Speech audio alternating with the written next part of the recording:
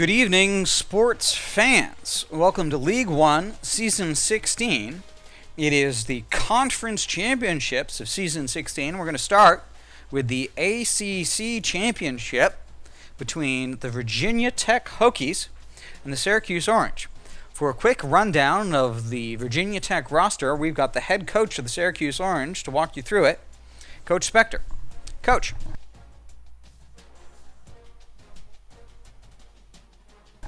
Thank you, Coach Ninja. Welcome to the ACC Conference Championship game between number 19 Virginia Tech and number 1 Syracuse. Both teams coming in hot. Syracuse winning the Atlantic Division, Virginia Tech victors in the Coastal. And Virginia Tech comes in with Hendon Hooker leading the way at impact player quarterback, 95 overall, with really good quickness and awareness. He's got an excellent 23-4 touchdown ratio with a fantastic 167 rating through the air, and then he also contributes 674 yards and, importantly, 12 rushing touchdowns. In addition to him, Jalen Holston, the impact player, 94 overall halfback, speed to burn, in addition to a lot of elusiveness. This is a speed back with enough size to get it done and get 20 carries, 25 carries if need be. He's got 2,900 yards over the last 3 seasons, and he will be our main focus on offense as he runs as well as receives. At fullback, Tim Horn is involved somewhat, but still young, coming of age. Wide receiver led by Caleb Farley, and interestingly, it's the slot receiver, Melvin Harris, who gets a lot of yards as well in the passing game. Fry not very involved at wide receiver. A burgeoning tight end, a freshman 76, promising but not overly utilized. Productive when called upon. And a B-plus offensive line, an 86 left tackle, 87 left guard, 86 center, 86 right guard, and an 84 right tackle. At left end, Rob Ruffin will be leading the defensive line, an 84. That's because Nathan Proctor is out with an injury. It's an important injury as Ashby will not be able to back him up. It will be Green, number 99, playing right end. That's a major injury to the Hokies. At D-tackle, Robert Porcher the fourth is the only quality D-tackle. He is a slow pass rusher who is really the only one to watch for on the D-line. It could be Clark in 4-man fronts, possibly Skinner. 6 of one, half dozen of the other there. The linebacking core, good at left, good at middle. There's Ashby, the impact player, 88. Only adequate at right. The secondary, a little bit drained. Xavier Nugent and Ratliff remain at corner, but Allen will be called upon to play free safety. Ashby will be the starting middle linebacker. That leaves Chavis in as the nickelback. That's because, once again, it'll be Allen playing free safety as Matthews is also out with an injury. Strong safety, though, making up some of the difference. Aaron Fenner, the quarterback of the defensive secondary, an outstanding impact player, 89 strong safety with excellent speed, coverage, awareness. He's very well balanced, and we'll be looking for number 20 on defense. So we'll hope to run to the left, attack that left end, and maybe that right end and that right outside linebacker. And we will respect the halfback first and the quarterback second, and hope that's enough to get her done today against Virginia Tech as we attempt to equal the League 1 record of 42 consecutive victories in this conference championship game. We're going to turn the microphone back over to the head coach of Navy. You'll see them in the American Conference Championship game against USF. That'll be a game coming to you live from Navy Marine Corps Memorial Stadium here later this evening, following this football game. And Coach Ninja will provide the play-by-play for this football game, and we give it to him.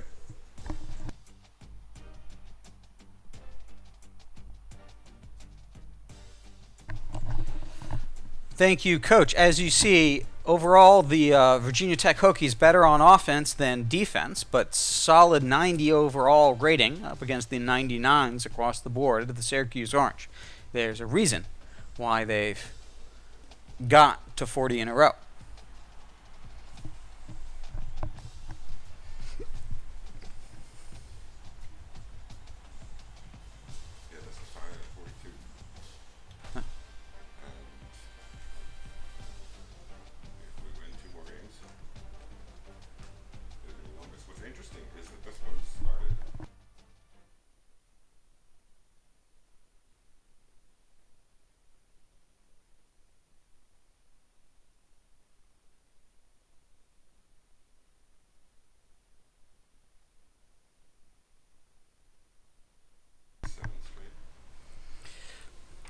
Virginia Tech's best metric overall is the 480.8 yards a game. That makes them 10th in offensive yards in the country, with a balanced rush and attack, 29th and 20th.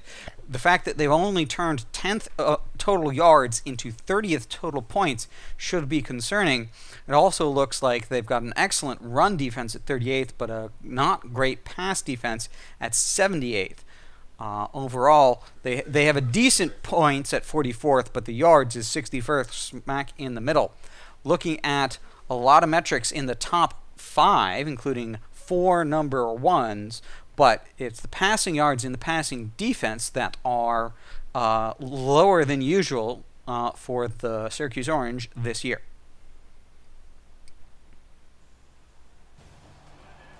Glad to have you with us in the studio. I'm Reese Davis, bringing you the EA Sports NCAA Football 14 pregame show presented by Nissan. Innovation that excites. Since the ACC expanded, it gave the teams yet another goal to strive for, a spot in the ACC championship game. The showdown for a title is not far away. That's going to do it for us. Thanks for checking out the pregame show. NCAA college football action coming right at you. Brad and Kirk on the call. David and I are back at halftime.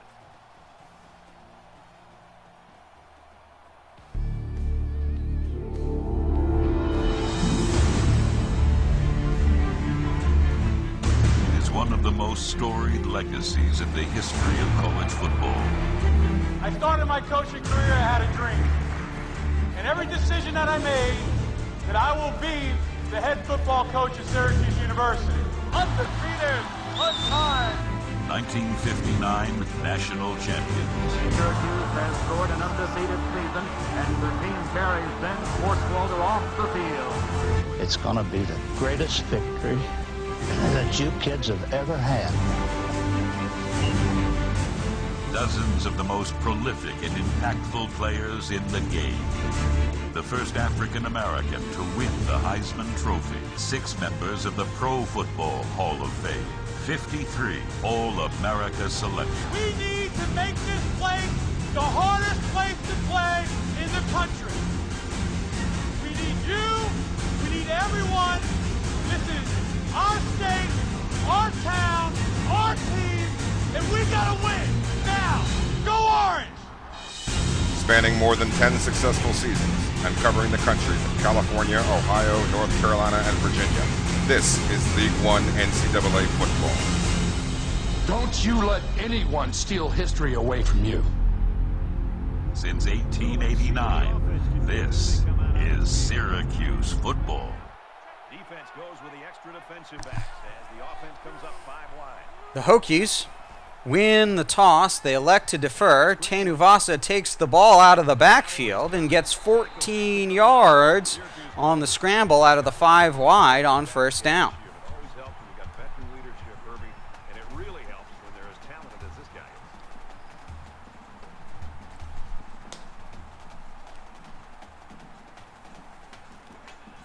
First down, 10 yards to go. Ball on the 39. 39-yard line, left hash, shotgun wide trips against a 4-man front. Handoff to Metcalf. He goes up the middle and he gets 5 yards on first down. Good run blocking. Gave him a nice gap to go through.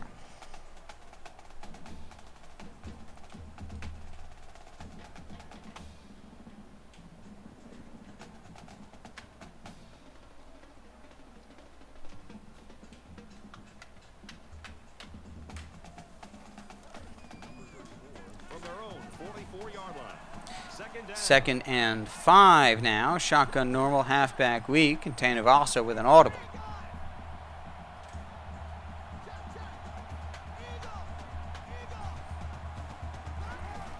Hands off to Metcalf, and he's met by number 54 coming through the middle. That's Jeff Cook with a 2-yard loss.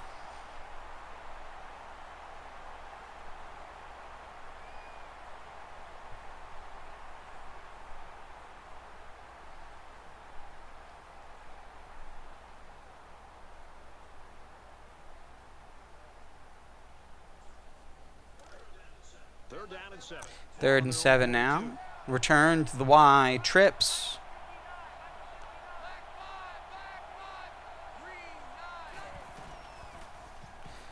Tanuvasa scrambles out.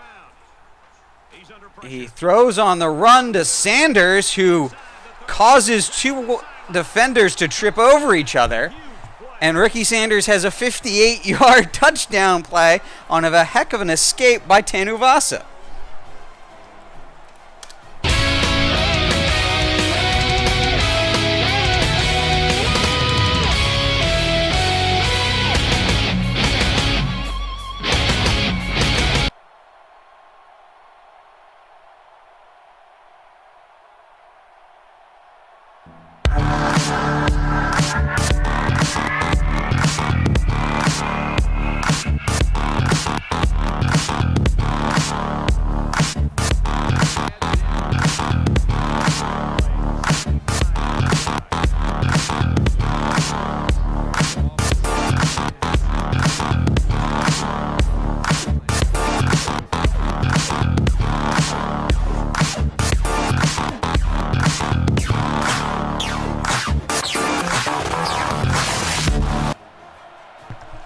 With the big escape on 3rd and 7, Syracuse are now up 7-0.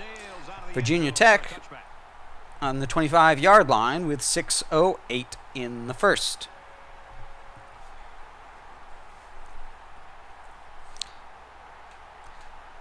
And the Hokies come out in 5 wide receivers. They'll spread the field with 5 wide.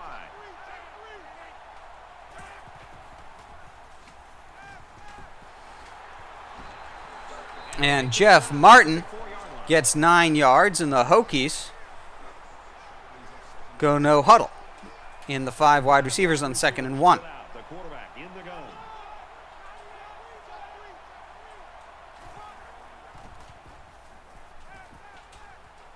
Pollard with a 25-yard catch from the right to the left. Is doing a good job of selling the run fake. He's not tipping his hand at all that it's a play action pass. He's doing a good job of selling the run fake, which is getting the defense out of position and making it much easier to throw the football. He unloads it. And Pollard back to back.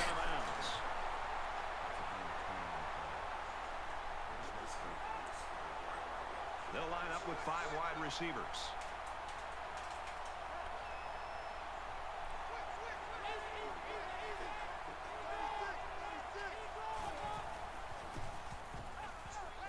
He scrambled. And Thomas with the tackle on Hooker, who gets a 2-yard gain. Stake here, including some possible record-breaking performances. Records and stats are great, but I think to a man, these players say, let's win the game first, and then any accolades we get along with it, that'd be great. And Hooker gets the ball away barely as Green is coming barreling through. Gets it to 3rd and 8. Tougher time getting the ball to his playmaker.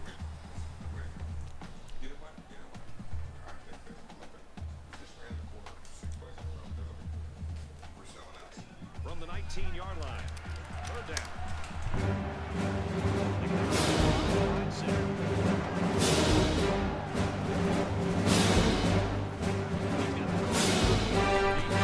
Hooker can't see anything he likes, and that's an incomplete pass, and Virginia Tech's going to put the field goal unit on the field on 4th and 8 from the 19 right hash.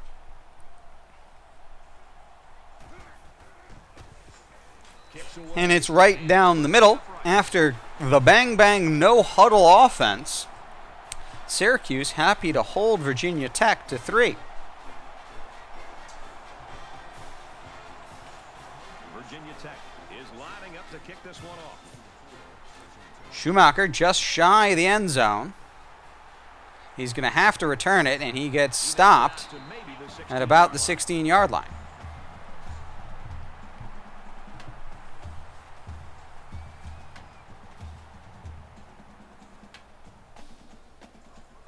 I was really impressed with their last series.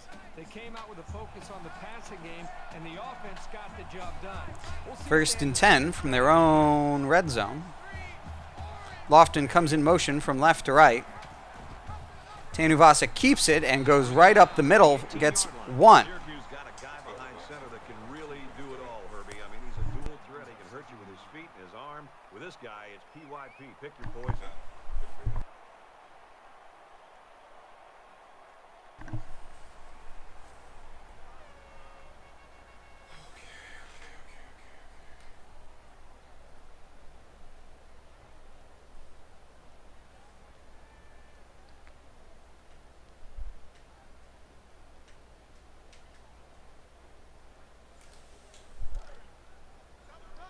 From their own 18-yard line.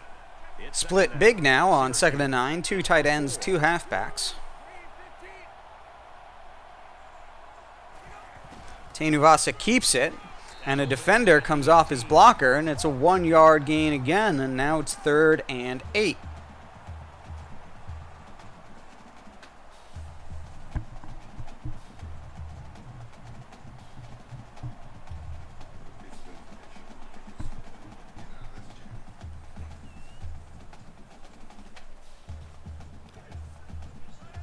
It's 3rd down, 8 to go. Ball on the 18.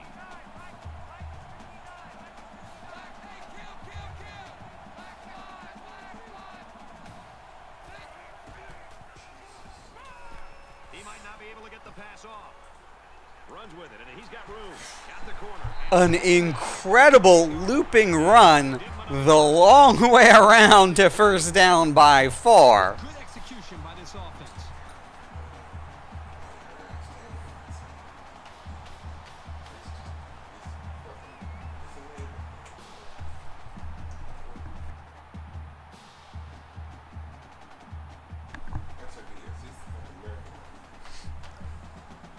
From their own 28-yard line. First down. Return to the split big on 1st and 10.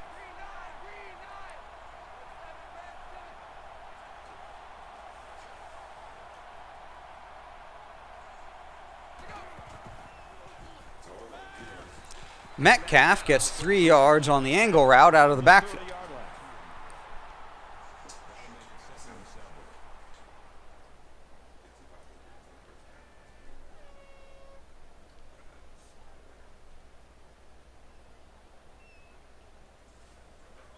From their own 30-yard line. It's 2nd down. Syracuse holds a 4-point lead.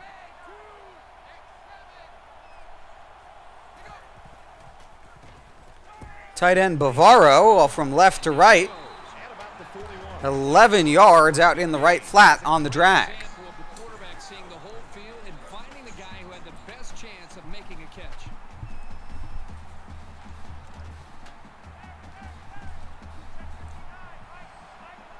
They come out on an 5 wide receivers once again for the Orange.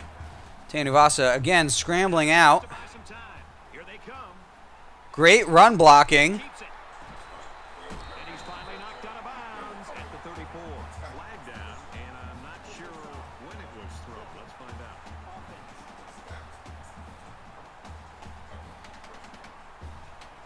That penalty drives them back, and they're shooting themselves in the foot here. They can just keep their concentration. They'll avoid situations like that.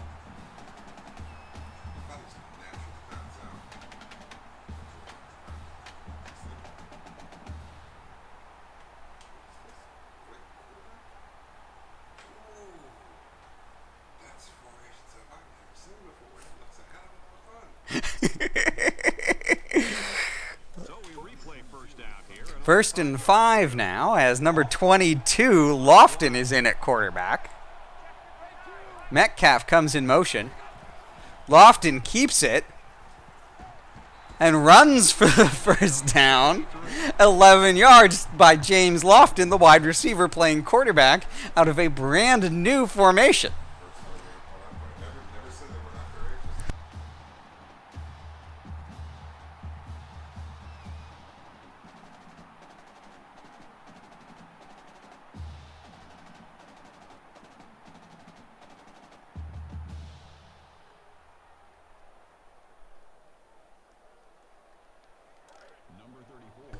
First and 10.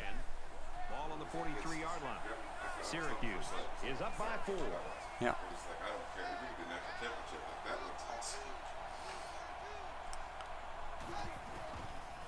And Lofton this time with the reception, he gets 2 yards and is held up.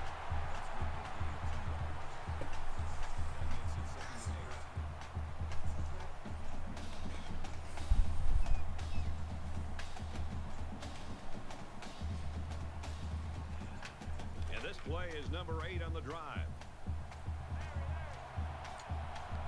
Split this time, no tight ends, 3 wide receivers. A lot of defenders in the box.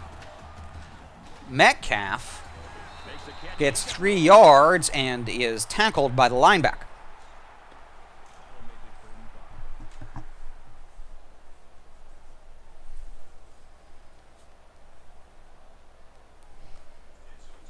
And so it's another third down upcoming here. 3rd and 5 this time. Defenders cheating up. Bavaro wide open on the 5-yard out to the right, and he takes out a defender to get 13 yards. 1st and 10 now from the 25 as the waning seconds of the first tick down. We'll see if we get a playoff before the clock hits 0. We do indeed. Tenuvasa scrambles. And he gets tackled by Lofton. And it's going to be 2nd and 1 to begin the second quarter.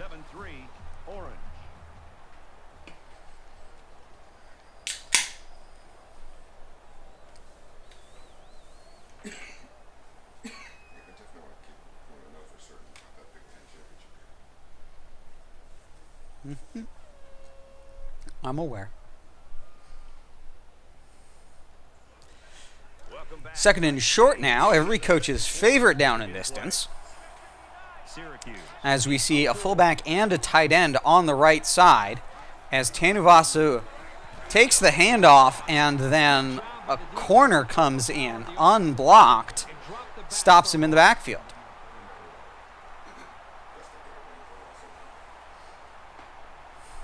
Third and 4 now in the red zone. Here's the 12th play of the drive. Tanuvasa under center now in the eye. Fakes the handoff. Doesn't like his options. Crosses the first down marker and slides at the 12. This defense right now is giving up a lot of plays. It's been a very methodical drive here by this offense. 6 first downs on this drive alone. But the defense can't give up. I know they're tired. I know they're frustrated. But if they can hold this offense to a field goal based on what they've done so far, that would really... 1st and 10 now from the 12. 5 wide receivers. And they've got the dime package in there to try and deal with this 5-receiver look. Lofton catches the ball and it's jarred loose by the defender. It's going to be 2nd and 10. First incompletion of the game for the Orange.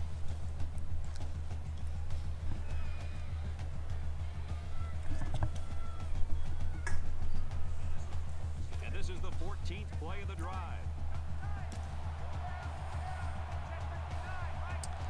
Shotgun ace now, tight ends flanking the tackles, single back in the backfield. Metcalf catches the ball, and with nobody over the middle, he gets 8 yards on 2nd and 10 to make it 3rd and very manageable. 3rd and 2 now from the 4-yard line. Well, a familiar situation for the offense as they try to convert another 3rd down. They've converted 3 already. They'll spread the 5 wide receivers, 4 down linemen. Tanuvasa slips into the end zone as his receivers pull the defenders away. When the East is in the house. Oh my God. When the East is in the house. Oh my God. When the East is in the house. Oh my God. When the East is in the house. Oh my God. When the East is in the house. Oh my God. When the East is in the house. Oh my God. When the East is in the house. Oh my God.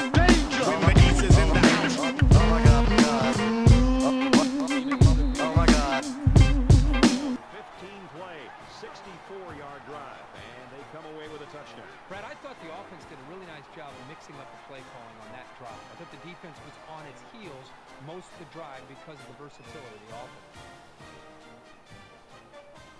They line up to kick this one away.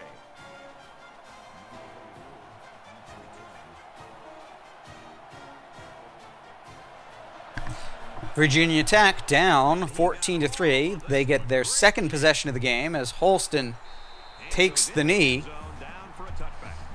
for the touchback.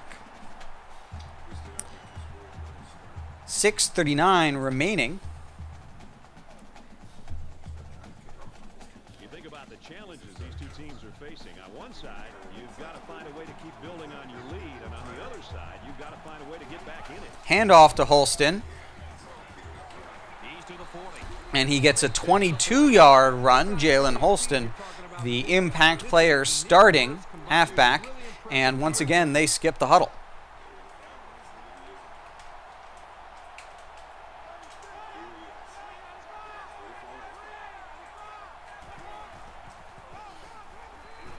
And this time he only gets one as three men close on him rapidly.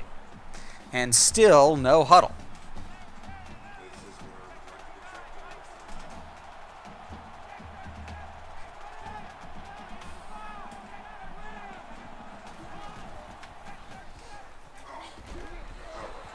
And Jeff Martin gets a 2-yard catch as he's forced out of bounds on the sideline route. It's 3rd and 8 now.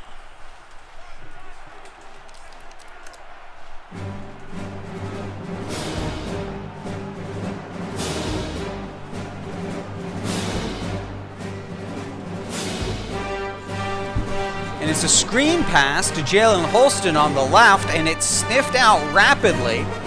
And it's stopped for a loss of 2.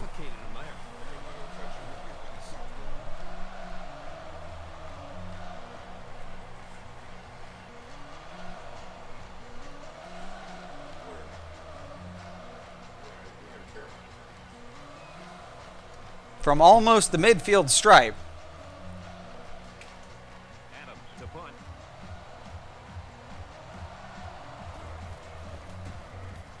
Way back, it's going to land at the 3 and bounce into the end zone. So this one goes into the end That's zone. a It'll be a touchback. 50-yard punt. Loses. Yeah, so it's not a great punt ultimately as it gets a very Syracuse bounce. It was a pretty one-sided first 5:27. surprised if things changed in a big way. And it's Syracuse's third possession of the game. They come out in the 5 wide receivers. Tanuvasa looking for it. Doesn't see it. Now he's going to run. Steps out of bounds after a 9-yard gain. 2nd and 1.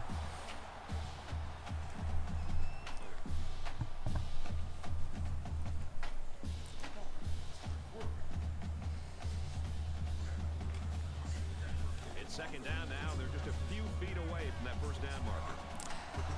Lofton once again in at quarterback. Almost a Wildcat, except there's no real quarterback on the field. And it's an option, the handoff to Metcalf. He gets 2 yards in the first down. You can see how comfortable this guy is with that football in his arms.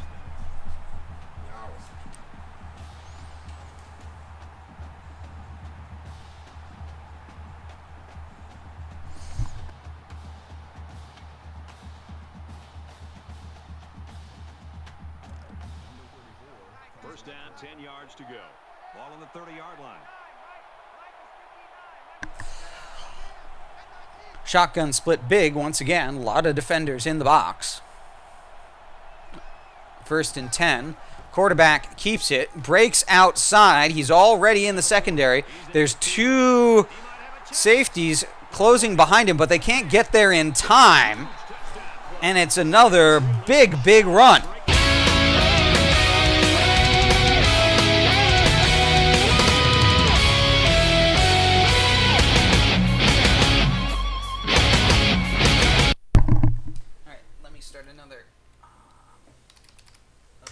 By the power of Grayskull.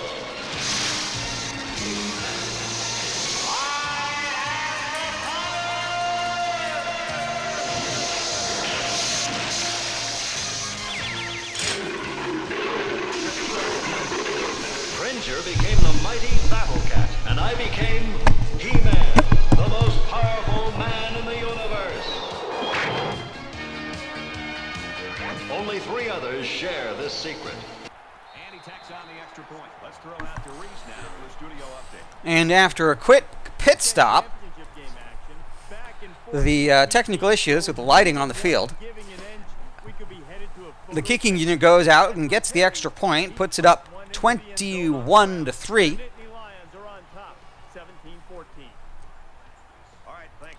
And it's going to be the third possession of the game for Virginia Tech.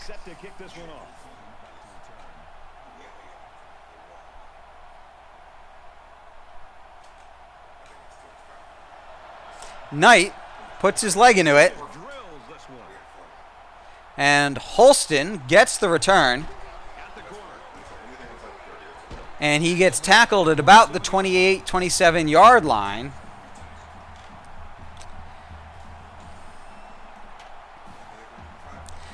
And they're going to send the 5 wide out onto the field. Only the second quarter. We've got a lot of football left, but I got to say, this one is teetering on the brink of a blowout. They come out in a 5-wide set. He's under pressure. Finds his receiver who's all over. And the defender dives early. Gene Fry gets an 18-yard catch. And the Hokies go no huddle. So an empty backfield with 5 wide receivers.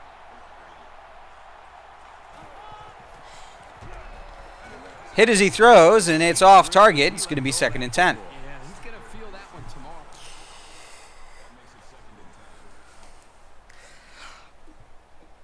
You know, I believe you, Leon. Lava eels just sound like something that's bullshit. Either that or a Harry Potter jelly belly. So it's 2nd and 10. Ball on the 46. 2nd and 10. We're back to 4 wide receivers. Looks like 3 of them on the right. Handoff is to Holston. He tries to jump left, running parallel to the line of scrimmage, and it gives the defense time to get to him. It's going to be 3rd and 11. Before that play even had a chance.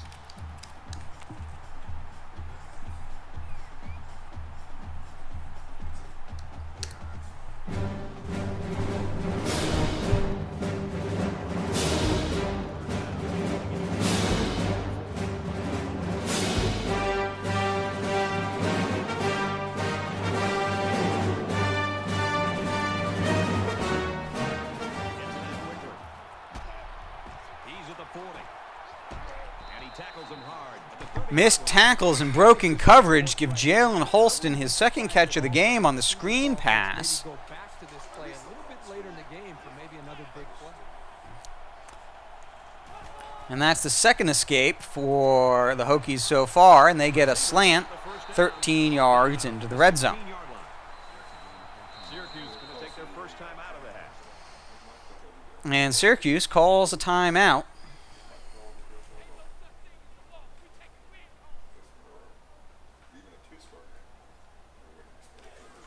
It's 1st and 10.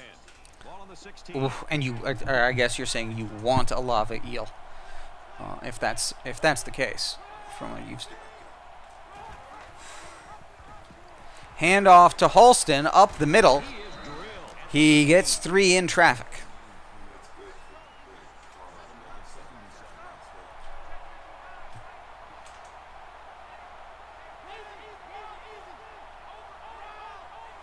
Second and 7, another handoff. 4 yards this time. It's going to be 3rd and 3.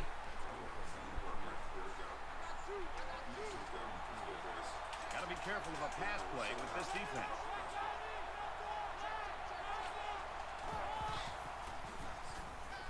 Harris catches it and gets into the end zone. It's a 10-yard catch for the touchdown.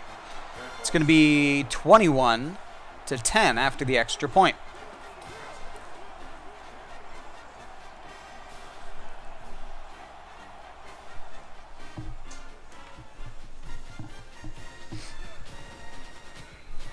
And he converts the extra point.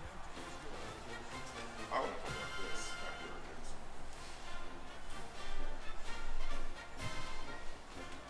Virginia Tech is ready to kick it away. He kicks it off, and he got all of that one. He's to the 10. He's taken down at the 21. Syracuse offense is just clicking on all cylinders for me right now. It's everything they planned for, and it's all working. Everything is coming together for this offense. They seem to be getting better with each series. And That's real rough, Leon. That is real rough. I wondered if they were going to be able to move the ball against this defense, and I think right now, I think they seem to, as I said earlier, they seem to be growing with their confidence with each possession. Brad, let's see if this offense can maintain the rhythm that they established on that last drive. Not just putting points on the board. Tanuvasa doesn't like his looks, scrambles out, runs deep, and wide receiver couldn't make the turn, couldn't come back to it, and it's going to be incomplete on 2nd and 10. Their own 21-yard line, 2:52 remaining in the half. From their own 21-yard line, it's 2nd down. Shotgun normal, halfback weak.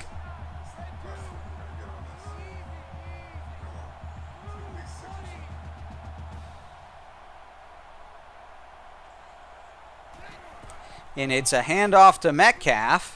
And he has a 9-yard run, makes it 3rd and 1. Clock starts moving. Fantastic look, and they decide, hey, we're going to keep this look, and they do it again. And they get the first down with 4 yards. Back-to-back runs get first down, and now we see 5 wide receivers once again. And Tanuvasa is sacked, loses 9.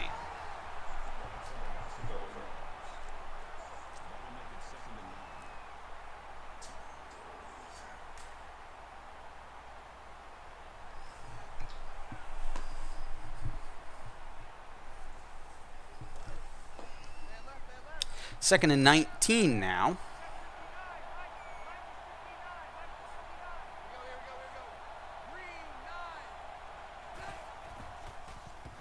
Tanuvasa is scrambling. He's going to get a whole bunch. He might get all of it. And he does. He gets 21 yards as he leans over the marker to get first down as he's wrapped up from behind. And out of bounds, stops the clock, it looks like. Yes, indeed.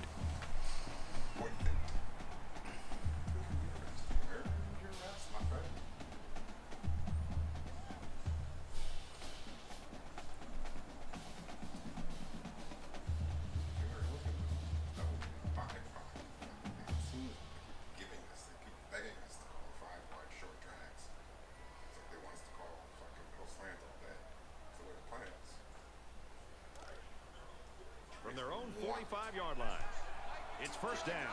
They come out in an empty backfield. 5 wide receivers, just 5 yards short of the mid-yard stripe. Now he tries to buy some time.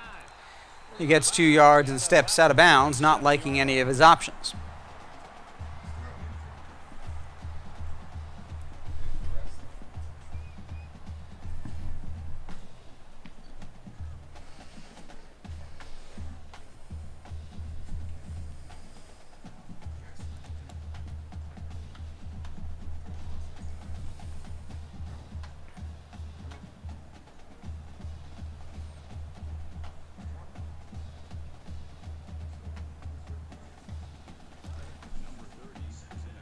Second down and 8.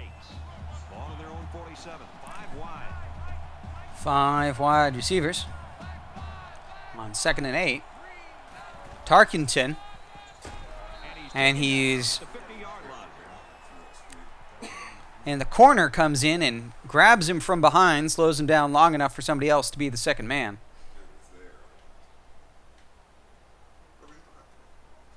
3rd and 5 now.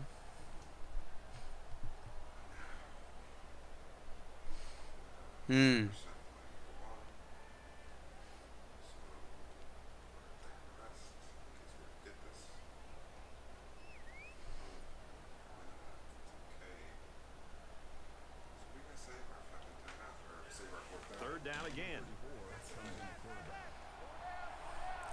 3rd and 5 now here.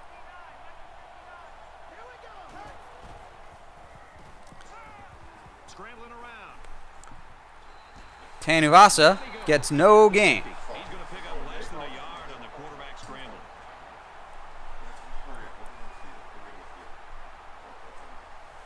And Knight, the punter, is now on the field on 4th and 5 from the midfield line.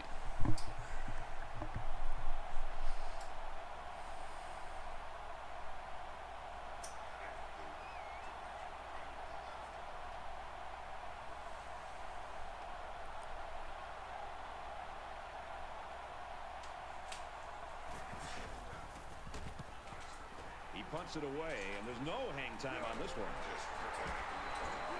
And he's taken down. Tyrus Wheatley gets 10 yards. 16 seconds remaining. Virginia Tech has 3 timeouts. Syracuse has 2. The offense really came up with a nice drive there last time out, and most of those yards came through the air. This defense, Tight end and halfback on the left. the line needs to put more They hand it off, and he gets first down. And Jalen Holston gets first down and calls timeout. opens up a whole host of play calling possibilities for the coaching staff.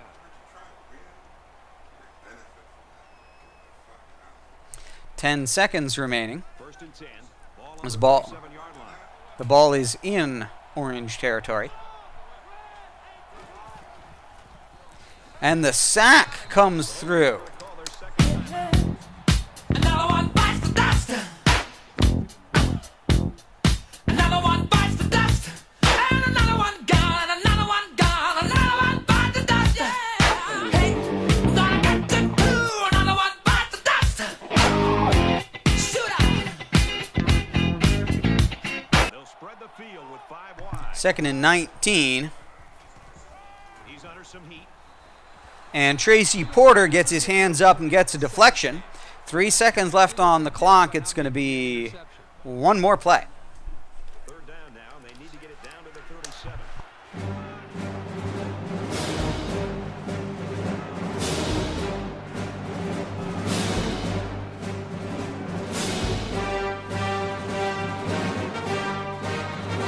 And it's incomplete. And that's going to end the first half. Halfway through, and it's been a good one. 21-10, Syracuse.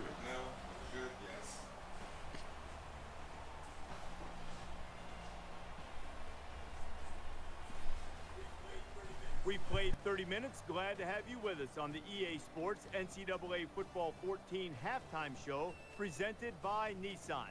Innovation that excites. David Pollock and I here in the studio to break down everything that just happened in your game. You know who I feel sorry for in that first half? Who? The poor production assistant on SportsCenter who's going to try to sift through all of those highlights and come out with the ones he's going to choose to try to make the SportsCenter top 10. No, there's definitely a lot to choose from, but that's what you like as a fan. I think the fans, they like that and enjoy that more than they like seeing great defense. They like seeing guys go up and make huge one-handed stabs and guys make big, long, diving touchdown runs, and they like all that. So they're watching guys hurdle over guys. You see it all the time. So I think the kids know that too, and they're trying to do their best to always, make a huge play, make a big explosive play, and put a little cherry on top of that play so that they can be maybe on one of those ESPN top plays. I can only hope that Nestler and Herb Street will bring the same type of intensity to their call of the second half that David and I brought to the halftime show. Of course, they always do. That's it for us here in the studio. Time to get you back out to the guys for the second half.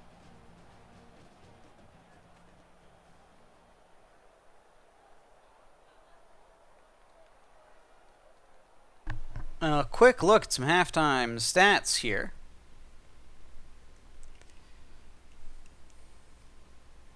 The score is 21-10. First downs are 9-7, and total offense is 265 to 166. 21 rushes for 167, 2 touchdowns versus 8 rushes for 45. 7 for 9 and 98 yards through the air. For Syracuse, it's 9 for 14. But more yardage for the Hokies. Syracuse is 6 for 7 on third down, whereas Virginia Tech is 2 for 5. Both teams 100% in the red zone, but One of those is a field goal for the Hokies. No turnovers yet. Time of possession squarely in the favor of Syracuse.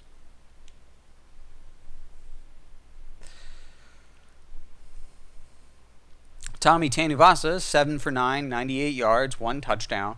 It's a percentage of 77 and an average of 14 with leads to a 205.9 rating.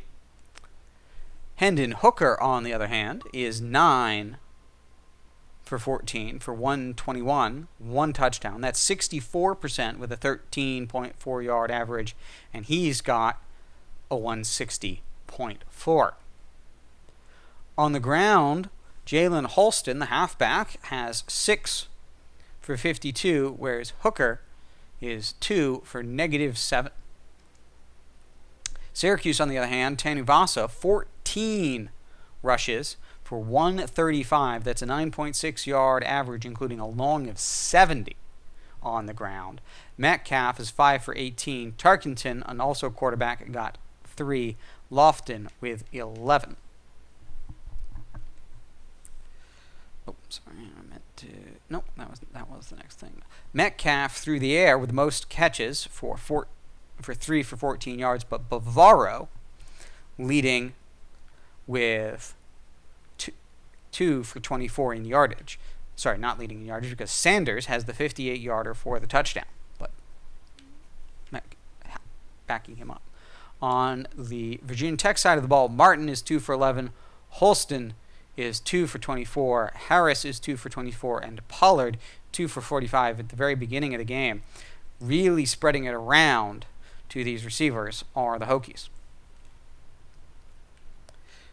Defensively, Smith, right outside linebacker, and Fenner, the strong safety, lead the way on tackles with a tackle for loss for Fenner. Syracuse, Antrell Roll leads the way for tackles. Green coming up with the only sack so far, tied with Edwards and Thomas for tackles. We'll resume shortly in this ACC Conference Championship game. It's number 19 Virginia Tech versus number 1 Syracuse.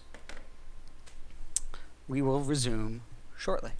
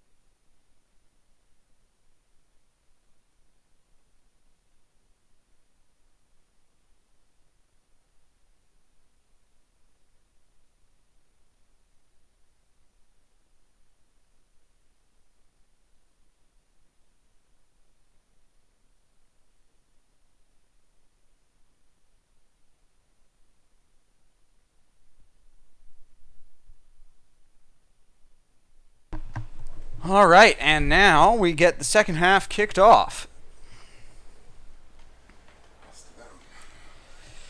Virginia Tech will start with the ball as they won the toss.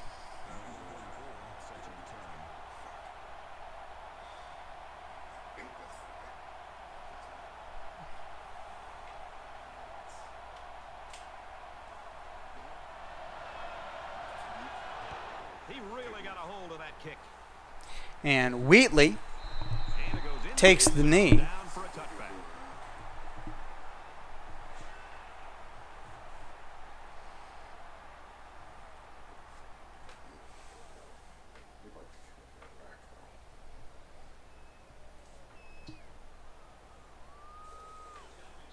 There's got to be some sense of urgency to this offense right now.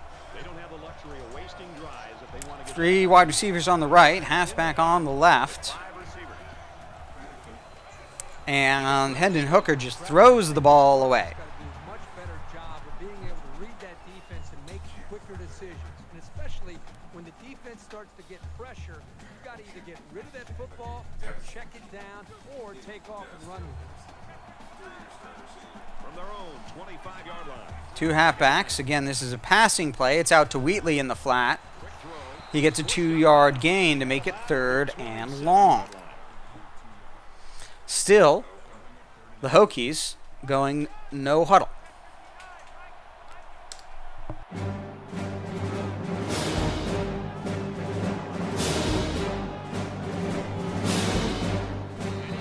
And it's a sack, a big sack on 3rd and long. As Green comes through pretty unscathed. And Hendon doesn't have the space to move with his halfback standing right next to him. That's a big stop. Adams to punt. It's a big 3 and out to begin the 3rd quarter.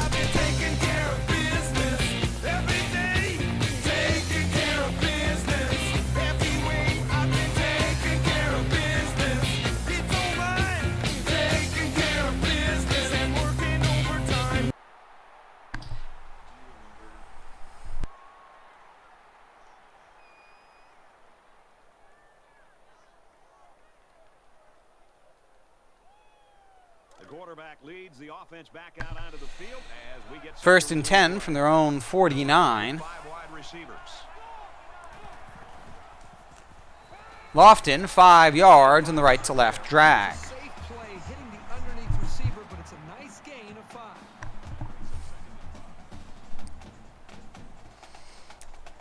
And that quickly, the Orange are in Hokie territory. It's 2nd down.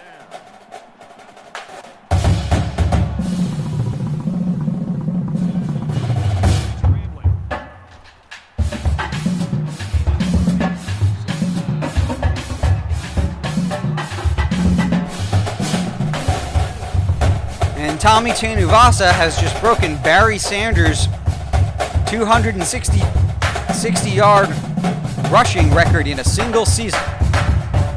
2,600 yards and change. 1st and 10 now from the 21.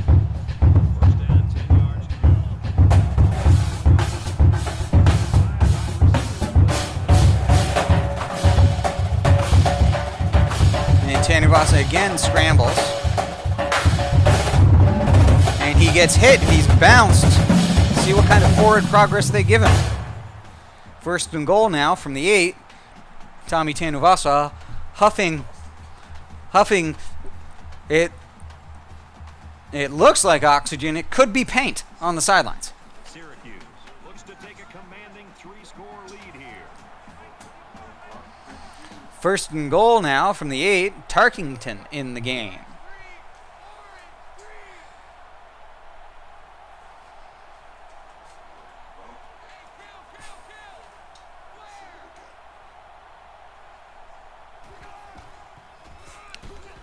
Ooh. And J.D. Walton comes through. Run blitz from the safety there. And just clean into the backfield. Loss of 2 yards. It's 2nd and goal now from the 2.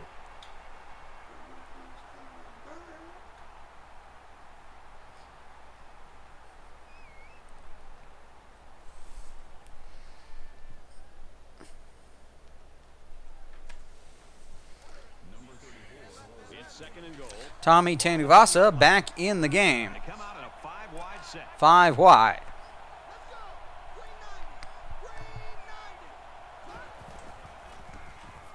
And Bavaro On the double move to the drag, gets 7. It's 3rd and goal now from the 3. As Bavaro, the tight end, holds on.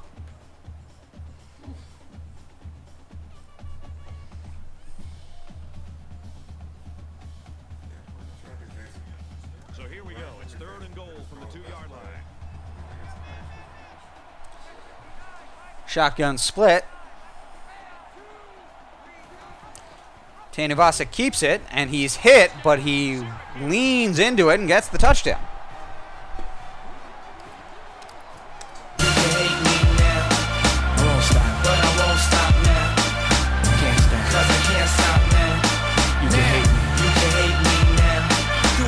But I won't stop now. Come on, come on. Cause I can't stop now. Come on. You can hate me now. Do it now. You can hate me now. Do it now. Told you, do it now. Let's go. Studio and Reese Davis. Let's head out to the Big Ten Championship game. Let's take a look at this one again. And for Penn State, they're trying to put a hammerlock on this game. The Nittany Lions are on top. 26-21. All right, thanks, Reese. Knight is lined up to kick this one off. Hammer. That's a good name.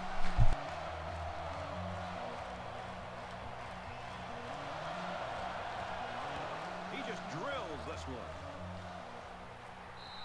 And they can forget about returning this one. Syracuse coaches just got to be happy. I'd love to coach a kid like this. Oh, I think these coaches love to coach a guy like this, and another great performance by him individually and for this offense. Let's see if this drive has a more rewarding conclusion than their last, which ended with a punt. Down 2 possessions. Continuing with the 3 wide receivers on a single side. It's passed to Martin in the slot, 6 yards and tackled. You get 6 yards, and that makes picking up a first down very reasonable. 2nd and 4 now.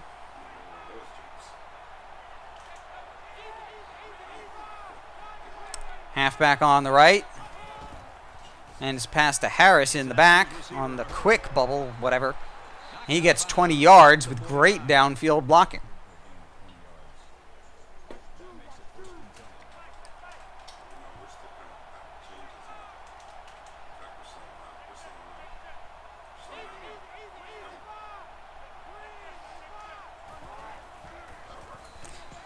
And he just gets rid of it. The quarterback really took a shot after the play, and I'll bet that's what this flag is for.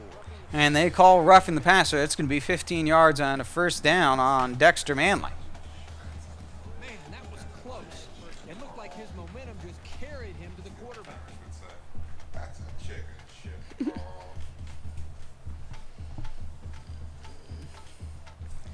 That gives Virginia Tech 1st and 10 on the orange 34.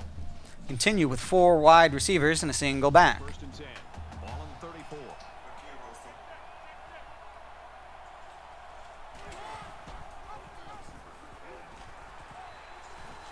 And they hand it off to Jalen Holston on the read option.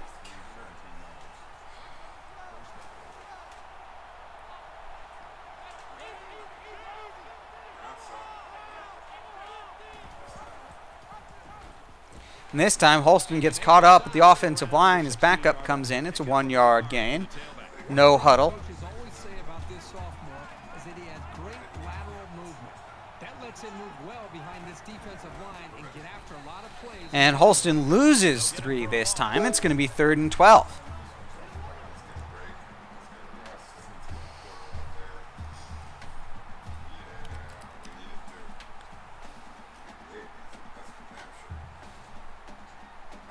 Third and 12.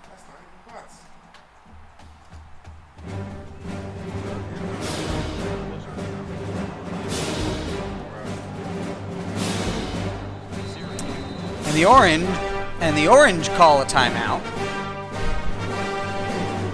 Not liking what they had on the field on that play for 3rd and 12.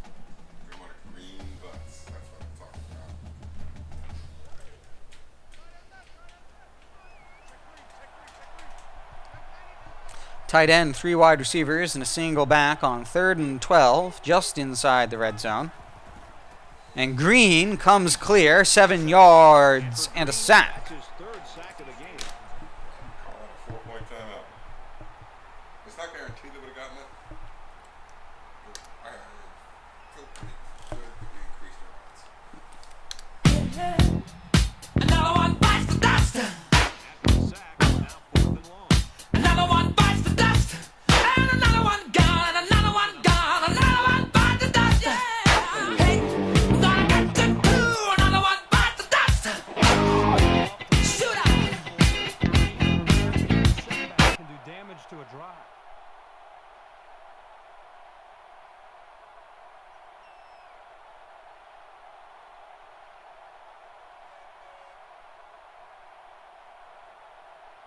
Fourth down and a ways to go after the penalty. Check three, check three, check three.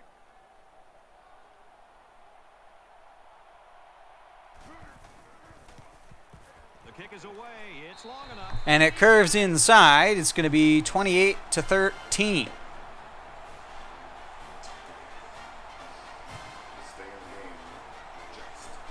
It's a 15-point game now as Syracuse gets the ball back. This one off. Biner on the 1-yard line. He's out to the 20, 25, about the 26-yard line. The 27-yard line. They call it the 27. They ran the ball very well on their last drive, and it resulted in 6. Shotgun, split big here.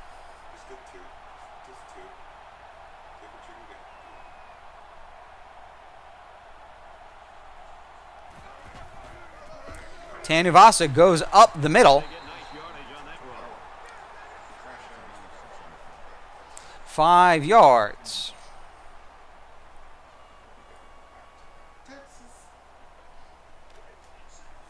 It's 2nd and 5 here.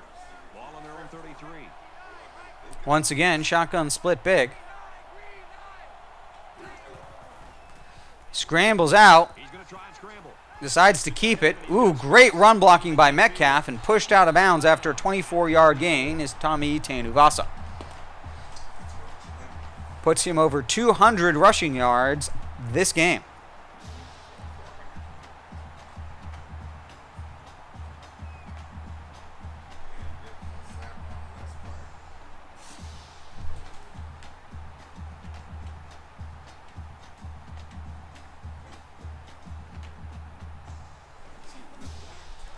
We've got a 1st and 10.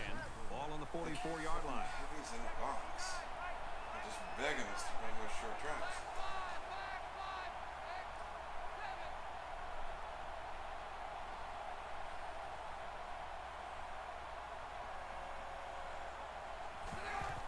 Metcalf cuts back to the other side and gets 9 yards and a great 1st down run. It's going to be 2nd and short. To pick up 9 on the play.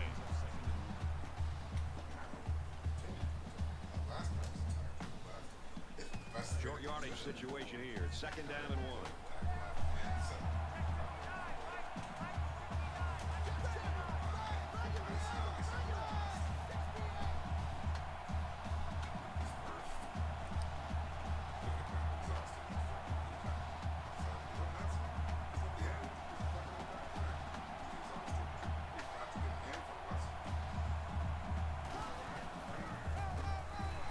And Metcalf gets 6 yards on the handoff on 2nd and short.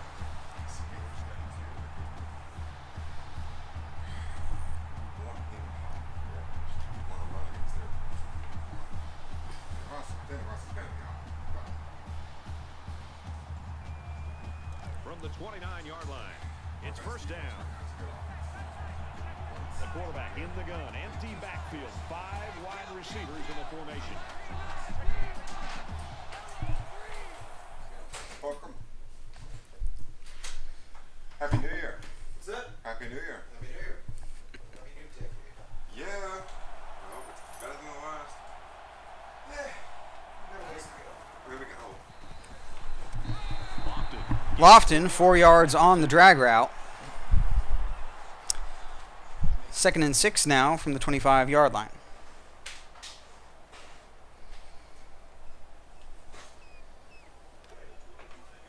the 25-yard line. It's second down. Shotgun ace. Halfback on the right.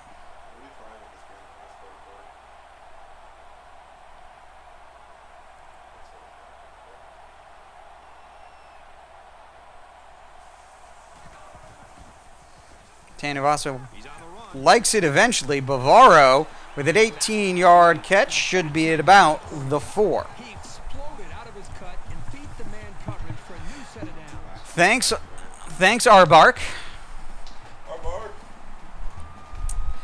As you can see, it's 28-13 here just at the end of the third.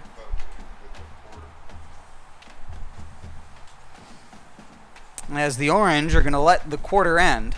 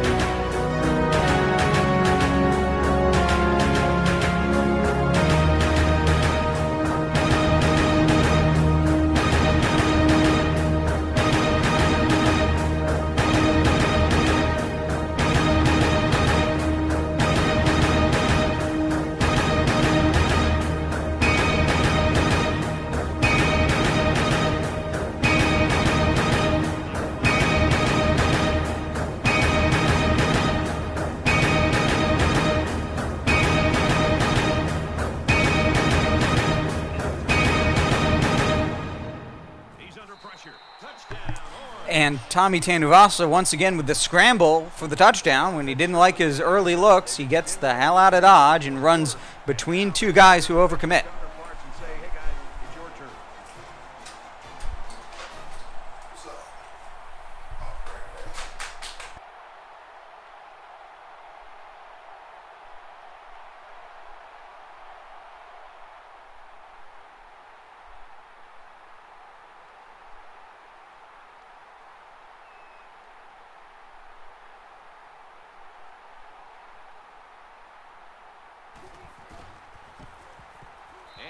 The extra point.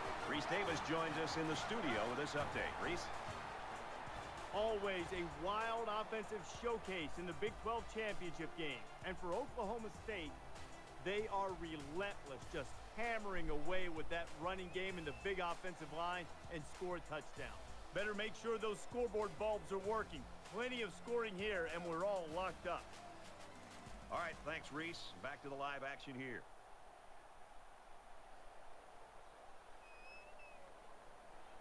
Knight ready to kick.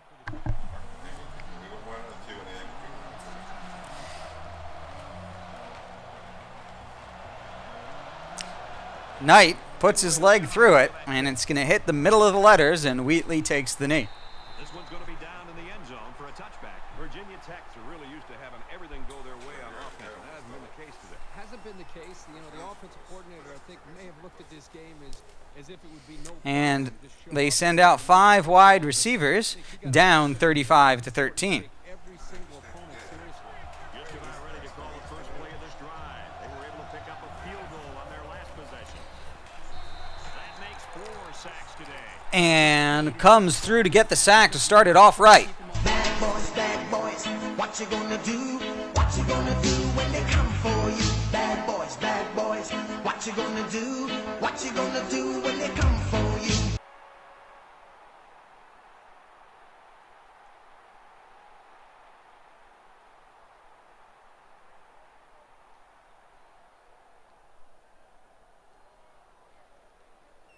Defense looking for another sack in this second down and long. Second down and 18 now after that long sack.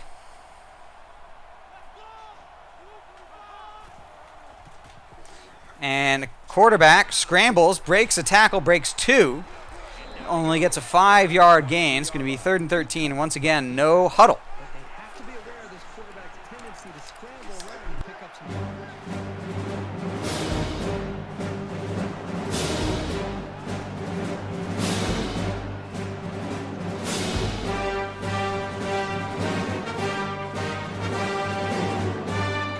Brian Jordan gets up and gets the deflection. And that's going to force a punt, 4th and 13 from their own 24. They're not going to go for it.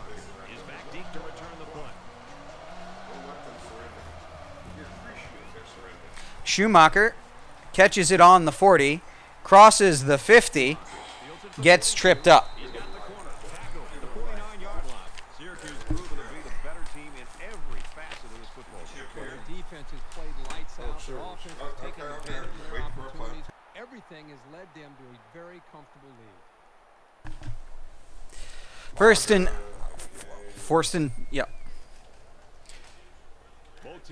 and 10 now from the 49 in enemy territory. Insurmountable lead. This defense has really got to step it up and make a stop. Empty backfield, quarterback in the gun. 5 wide receivers. Lofton on the drag, wide open, spin move. Big play.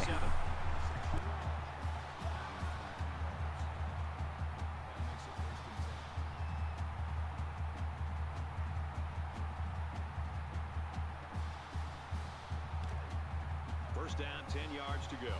Ball on the 27-yard line. 5 wide receivers.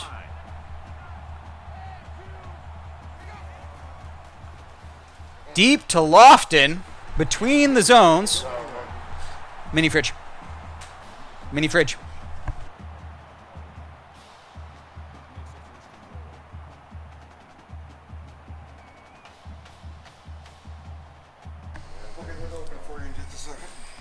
First and goal now from the 5. First and goal from the 5 and looking to cap this off with a touchdown. 5 wide.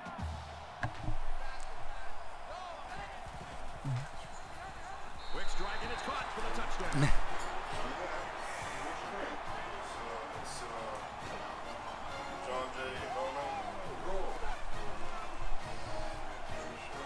And so he found his receiver for the score. The closer you get to the end zone, the more difficult it becomes to throw the football because the field becomes much smaller to work with. But they did a very nice job there to come up with the touchdown. He makes the PAT. Extra point makes it 42-13. 48-yard drive, and that's good for a touchdown.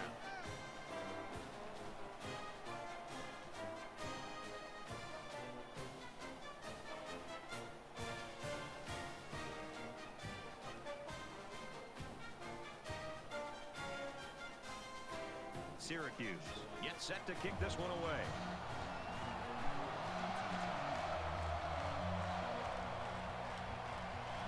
Knight kicks off, 6:21 remain. After a couple of big plays, moves the ball downfield quickly. And it goes into the end zone, down for a touchback. Syracuse defense has been a force to be reckoned with, especially in this game. Well, they have stepped up today. They just seem to be dialed into what this offense is trying to do. Good job against the run. They've been very physical. What I love is how relentless they run to the football. Both teams are playing out the stretch here. You want to get experience for guys who normally don't get in the game. Halston in the backfield, single tight end. And the pocket collapses and the ball gets thrown into the dirt. They credit a deflection to Porter.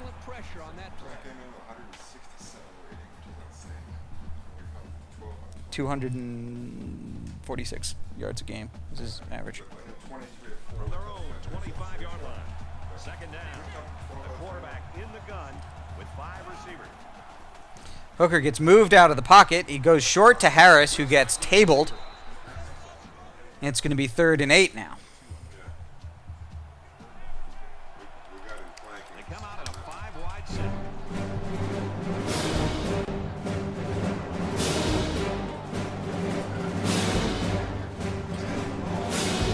Ooh, and a juke gets around the defender. Melvin Harris, 15 yards. He's that slot guy that we thought was dangerous.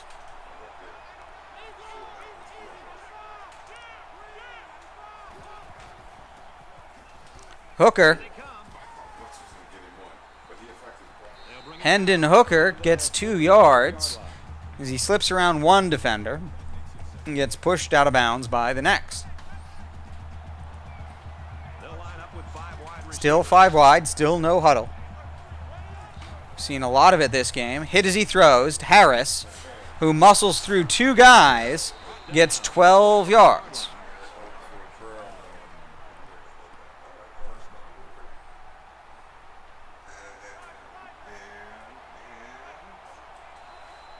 And the defense calls a timeout. Here in an attempt to stall this no-huddle attack.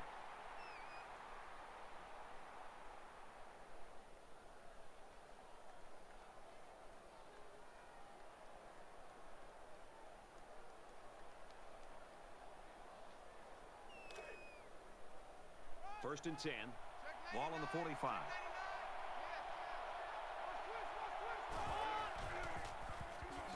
And he can't get away from the pressure. And for Green. Here I am, rock you like a hurricane. Here I am, rock you like a hurricane. Rock you like a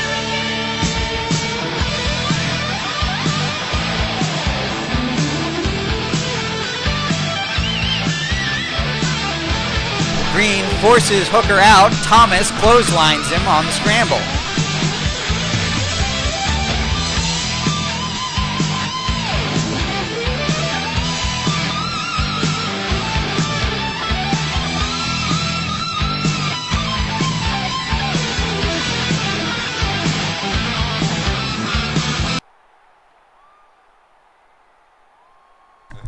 Third and 19 now.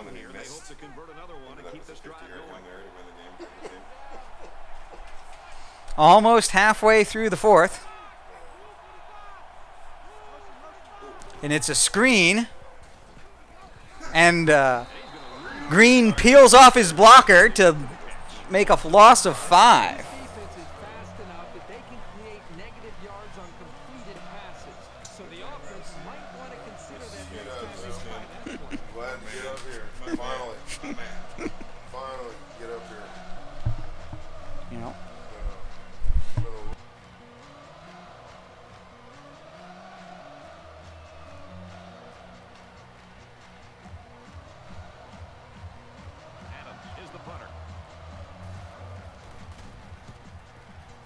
Punt's going to land at about the 14, and it gets a Syracuse bounce into the end zone. This senior quarterback's been impressive in a lot of ways. So many people evaluate this quarterback and they think, of course, about his athletic ability. But what he's showing us today is an ability to also throw the football effectively. Let's also give some credit to the offensive line. They've done a really good job of keeping the pressure off of him just long enough to allow him to read the defense, be able to make the right read, and get the ball thrown downfield for big plays. They're ready to start another drive, hoping to duplicate the results of the last one, which ended in a touchdown. Great passing was the key for the offense the last time they had the ball. They were able to pick apart the defense and get down the field for a touchdown.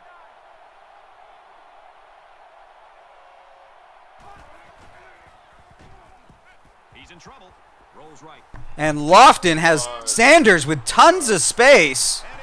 65 yards to Ricky Sanders. Got over the top of everybody. I think he has 2 catches for like 130 yards. Yeah.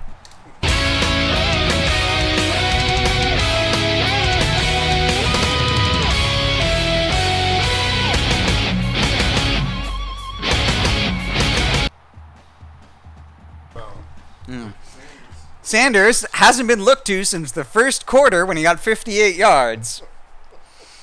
Finally, Tommy Tanuvasa remembers that Sanders is in the game and throws to it. With a commanding lead. Now he's scrambling.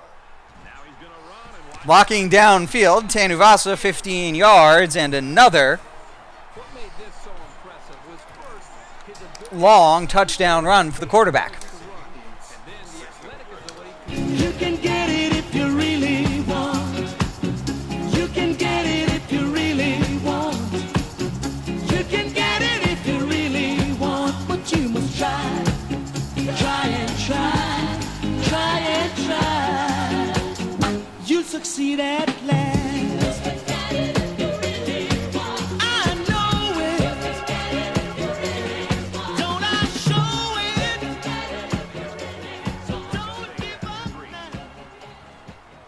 Fighting Lions were ranked 23rd. The victory was solid. We'll see how much it impresses the voters. And for Penn State, they win their 10th game of the season today. And for Clifford, he winds up throwing for 3 touchdowns. Penn State gets the win by 4. Everyone's all lined up and ready for the kickoff. He just drills this one.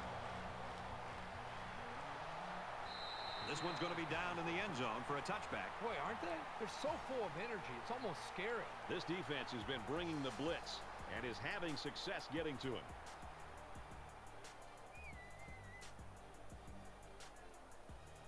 Partly because of the efforts of this defense, they've got the lead, and if they hold on to it, they'll be conference champions. Quarterback's like, will somebody just like...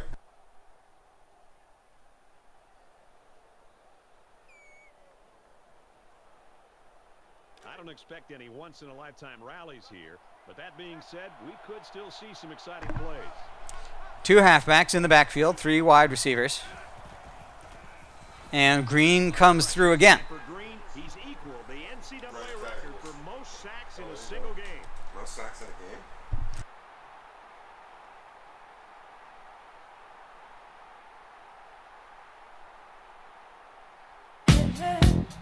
Another one bites the dust. Another one bites the dust. And another one gone. And another one gone. Another one bites the dust. Hey, gonna get to another one bites the dust. Shoot up.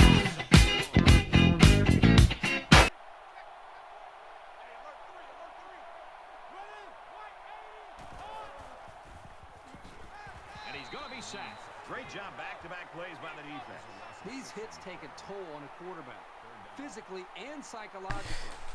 And it appears that the Hokies right tackle has already declared for the NFL draft and is no longer playing in this game.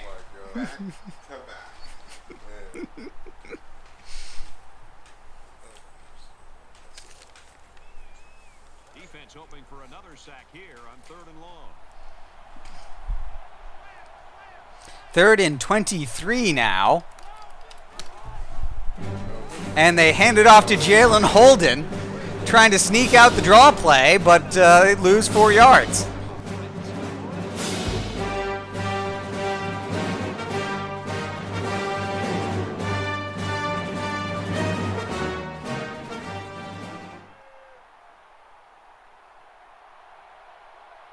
Just under 3 to go in regulation. Taking care of business every day. Taking care of business every way. I've been taking Schumacher with a 7-yard return. And once again, the Orange starting in Virginia Tech territory. Reason for their optimism and reason.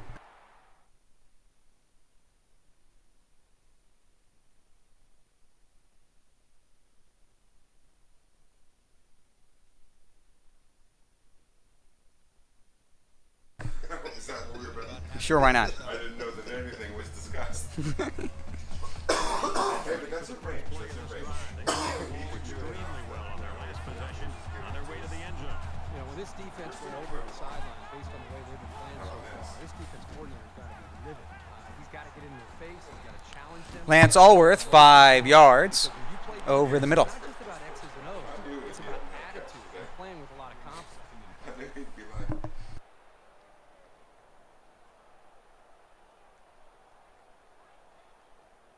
2nd and 5 now on the 36-yard line.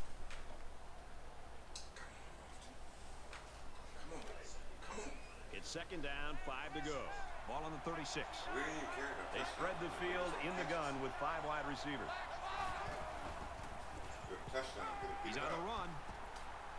Lofton deep, and it's picked off by Nugent. It's the junior corner. Nice interception. Too bad they weren't. Son of a bitch! Give me a drink! Son of a bitch! This can't play me! Son of a bitch! If I can't get clean, I'm gonna drink my life away! Yeah! From their own 20-yard line. 1st down.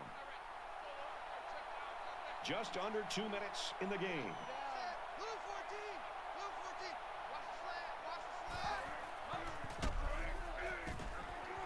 to the 30, and they make the stop at the 34-yard line.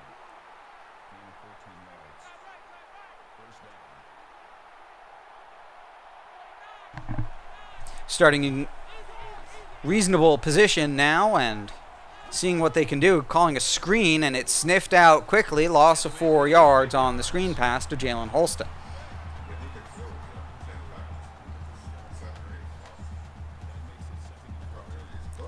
And now 5 wide receivers for Virginia Tech.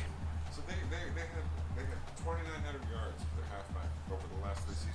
And 2,000 Second yards and 14. 800 yards. Ball on the 30. And what do? They come out in an empty backfield. 5 wide. No hope. Like, what the fuck? Pollard gets 14 yards. They call it inches short. Clock is still moving as he's tackled inbounds. Be aggressive, I guess. Yeah, aggressive. Here we go. But they don't have 3 good wide receivers. They have 2. Get in there. Time in the pocket. Fry on the sidelines.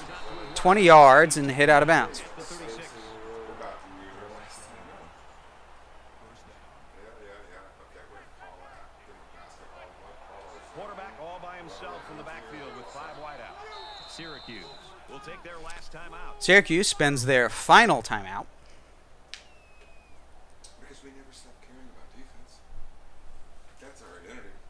People get caught up in 10 of us and bulletin the car winners and defense, man. First down, 10 to go. Ball on the 36-yard line. Tight end and halfback on the left. Ball in the right hash. Tight end moves to the slot. Hand off to to Holston. I'm sorry. He gets 1 yard as the defender gets off his block. Clock is moving now. It's 2nd and 9. Under a minute left in the game.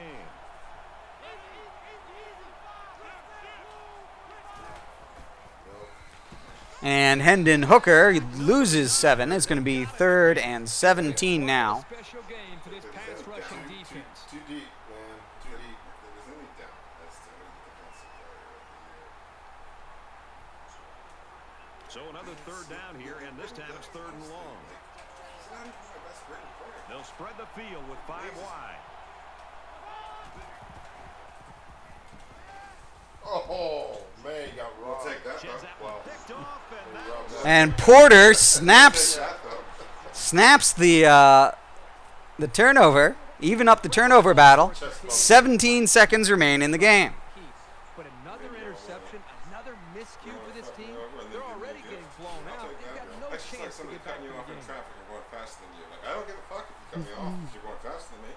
Like, if you cut me off and then you're gone, I don't give a shit. Well, that happened a couple of times getting closer to DC.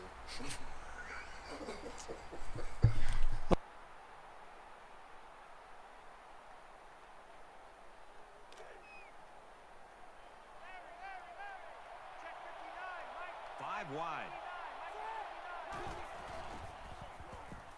Scrambling around. Airing it out long. Lofton with a big catch. Tackles inbound. Wait, The 25-yard line.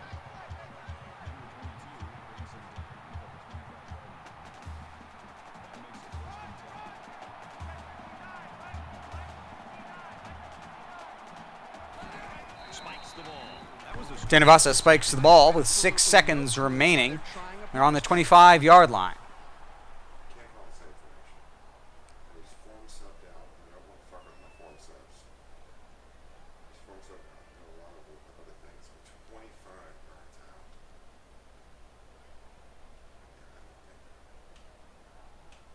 Yeah, I know. This is it. This is our shot. This is our only shot.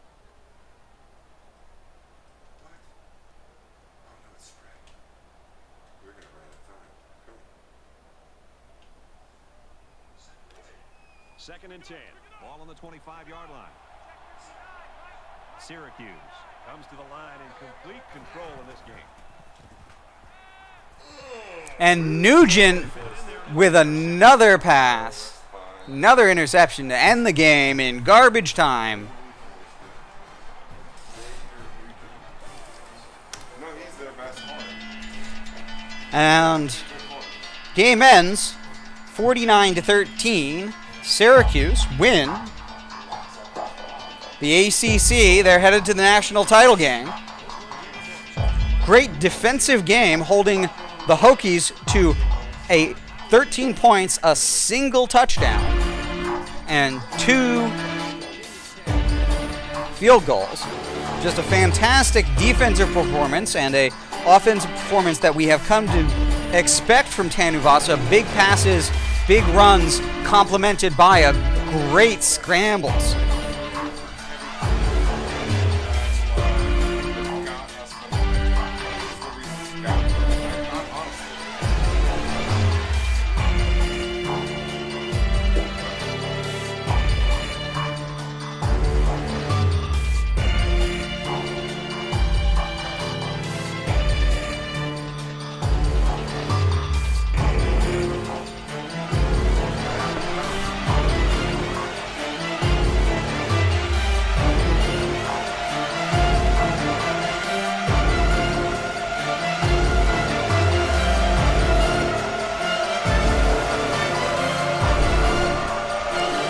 Yeah. Thanks for joining us. This has been the ACC Championship between number 19 Virginia Tech, number 1 Syracuse. Syracuse is going to the big game. Thanks for joining us for the first game of our doubleheader.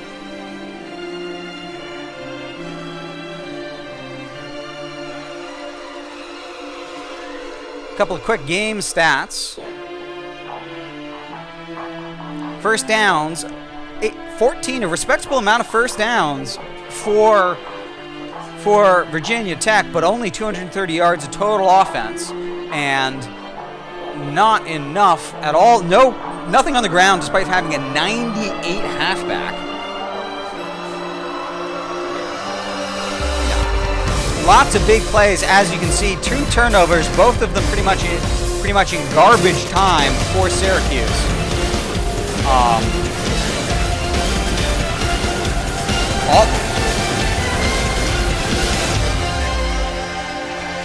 Yeah, excellent third down numbers in the favor.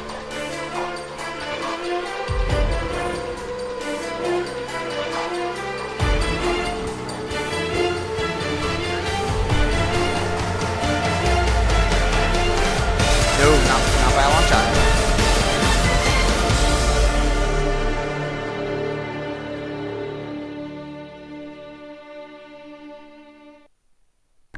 That's a 228 yards through the air and 5 touchdowns.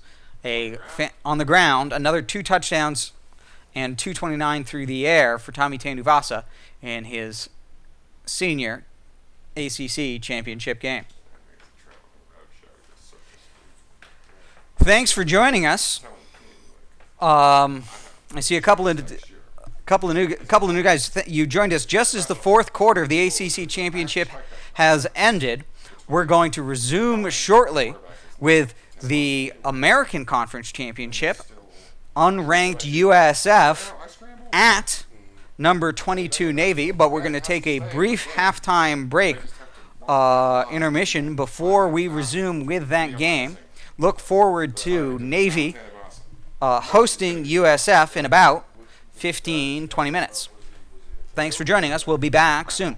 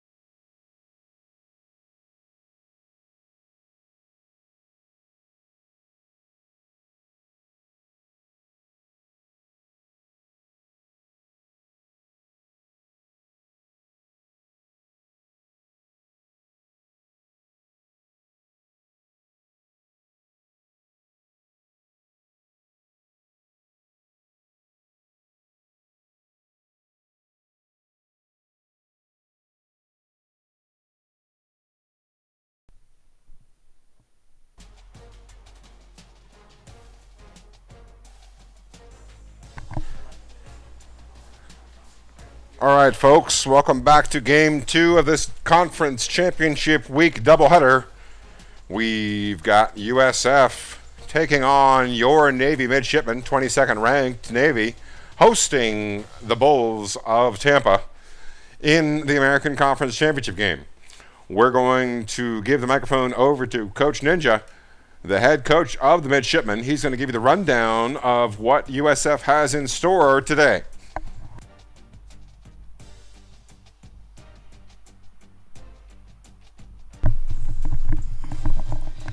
Thank you, Coach. USF's quarterback, Tremaine Rivero, is a very dangerous 93 junior. He's got 85 speed, 82 agility, 86 acceleration, 90 awareness. He gets 199 a game through the air and another 63 on the ground. So we're worried about him all the time. The other guy we're worried about all the time is Chad Roberson. 90 speed, 84 agility, 96 acceleration. He is fantastic. He gets 75 yards a game on the ground and 15 yards through the air. So not so much passing, but still very, very concerned. 81 fullback. Appears that they definitely do use the fullback, so we expect an I formation. Smart and Dingle are excellent, 46 and 51 respectively, so they do appear to go to Dingle a bit more than they do Smart. Jacobs and Jones, both for high 20s, so they use them a bit, but not nearly as much as Dingle or Smart. Hurst, with 13 yards, they use him just a little bit, not as much as they did last year. So high chance, high probability we see a lot of I formation with Hurst in there complementing the Smart and Dingle and Roberson and Taylor. The line, the offensive line is phenomenal. 94, 91, 92. Gibbons, thank God, Gibbons is out. Gibbons is out, so Grimes is going to play. Grimes is still an 86, but thank God Grimes is playing. And then 92 at right tackle. So that's no offensive lineman lower than 86, only one guy lower than 91. That's just an incredible line. Left end is 84, right end is 92. Great right. 89 and 88 D tackles, so two good D tackles. 81 left outside linebacker, 90 middle linebacker, 90 right outside linebacker. Middle linebacker Smart. So the left end, left outside linebacker, relative weaknesses, so maybe running to the right, hopefully. Two corners above 90, and then an 88 nickel with incredible speed. 92 free safety and an 86. Yeah, we're not going to try and go deep. We're going to try and go short and deception and get guys before guys know what's going on and get 4 yards, 5 yards, and runs after catches. So that's what we're going to do. And that's about it. So without really much further ado, we'll hand the microphone back and get started.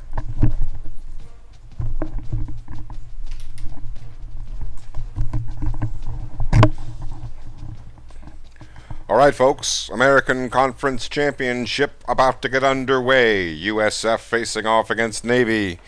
The 7th-ranked total defense for the Bulls facing off against the 2nd-ranked total defense for Navy. 99 overall versus 95 overall.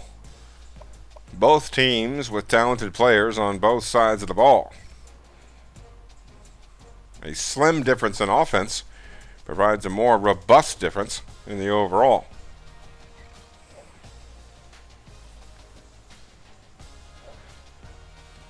We'll be anxious to see what the weather is like today in Annapolis. Navy hosting this conference championship game on the back of their superior conference record. A 5-3 logjam in the Eastern Conference, only bested by the 6-2 conference record of USF. These two teams haven't faced each other in a number of years.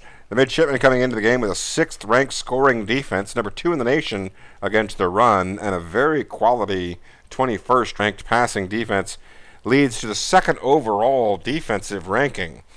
For the Bulls' part, they have the 15th-ranked scoring defense and the 7th-ranked in yardage, 2nd in the nation against the pass, and a much more human-like 46th against the run. Their offense clipping at a healthy 38.2 points per game, led in large part by the 224 yards a game they get on the ground.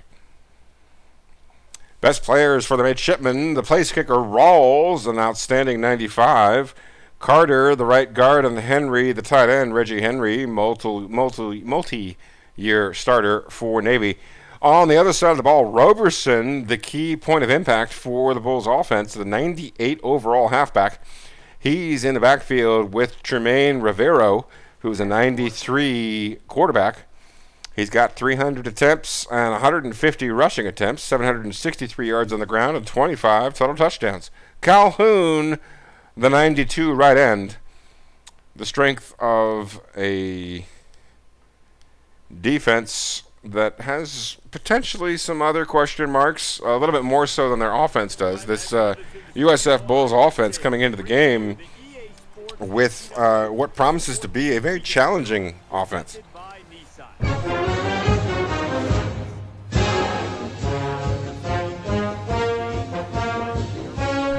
There you see the biggest difference between the two teams, rushing yards allowed.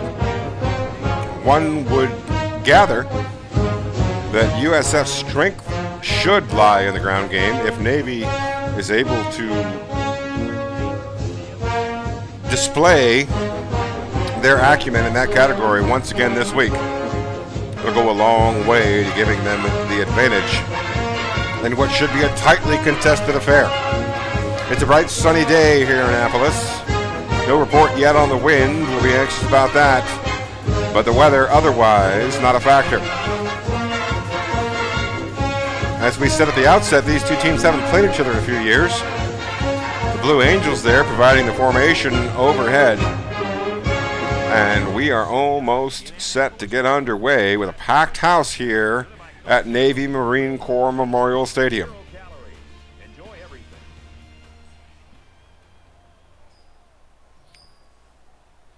Tails indeed it is. USF wins the toss. They're going to defer to the second half, and that means that Navy will start the game with a football. Here, knotted at 0, awaiting the opening kickoff of the football game. We're ready to get this one underway as the teams are lined up. The ball is up in the air, and we are underway. It goes deep into the end zone. Navy takes the touchback. Kelvin right on the football. And the Midshipmen will start from their own 25, knotted at 0. No time elapsed.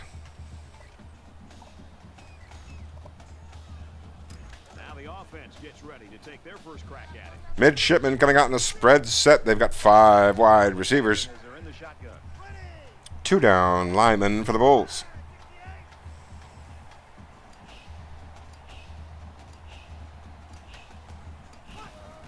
Back to pass goes Hayes. Over the middle to Richards. Vince Richards picks up 3 on the first play of the game, and Navy's offense is underway, facing a 2nd and 7 near their 30-yard line. Welcome, welcome, one and all. Our regular viewers and our newcomers. Hello, Leon. Hello, SD. Hello, Silent Gaming. We are here live in Annapolis, Maryland, where the American Conference Championship is underway. USF taking on number 22 ranked Navy, led by Coach Ninja, making back-to-back appearances. In fact, 3 straight appearances in the conference championship game. No, 2 straight appearances in the conference championship game by Navy. And this one against USF last year, coming up just short of ECU. And now Navy facing 3rd and 2 here in the early going. They've got the ball at about their 33-yard line. They come out, spread out on offense. 3 down linemen for the Bulls.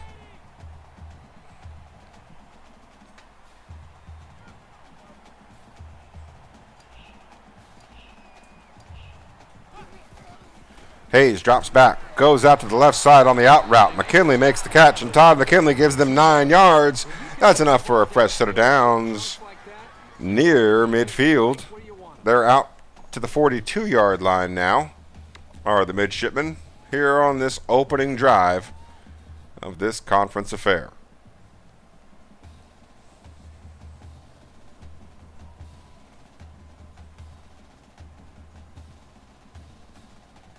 The midshipmen, running a patient offense for much of the season, continues to do so here. They are content to keep that A-plus rated USF offense off the field. They come out in the eye-tight, twin tight end set.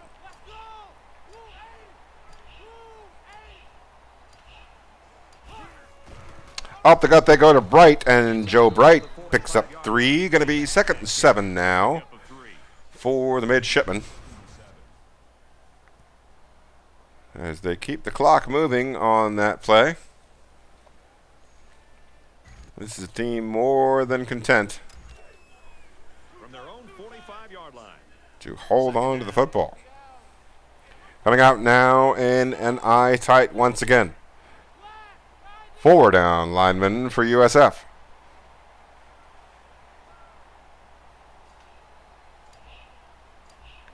Richards comes in motion right to left. Hayes drops back, hits Richards over the middle. Richards falls forward before contact and was met by multiple defenders. They keep him from getting the first down, but he came up just shy of it. Going to be 3rd and inches on a successful passing play to Vince Richards, a stalwart of the Navy offense. 2 down linemen on this particular play for the Bulls, and Navy comes out in a shotgun Y trips.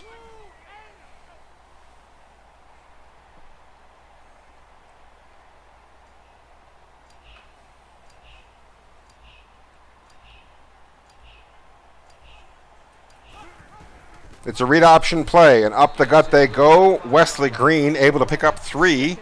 That's more than enough for the first down. Going to be a fresh set of downs at the 45-yard line of the Bulls of USF.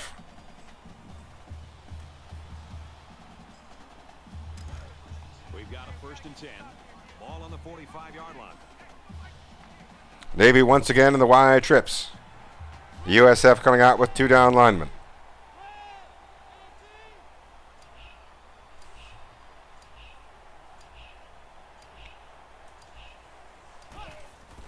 Hayes drops back. Out of the backfield is Wesley Green. He picks up 3. Now going to be 2nd and 7.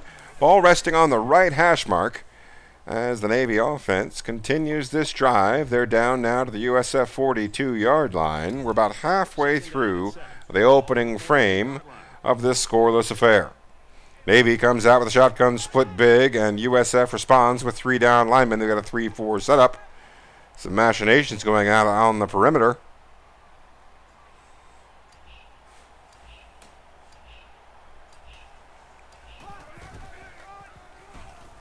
Hayes on the quarterback keeper out of the split big, picks up the first down and more, 11 yards, about 6 yards past the marker.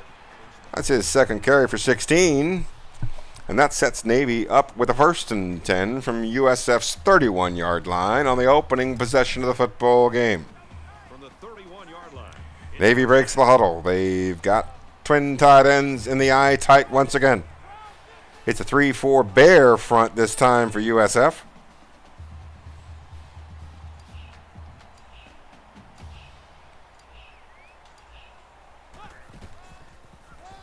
They go up the gut. There's a lot of commotion and some stumbling, and it's a loss of 3 when it's all said and done. Now going to be 2nd and 13 for the midshipmen.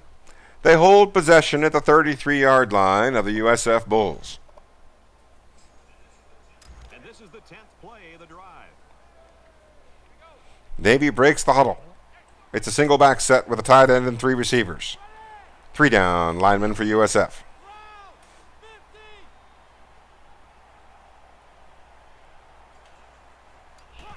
Hayes takes the snap, drops back, looks, goes over the middle to Green. He's got the first down, leans forward across the marker.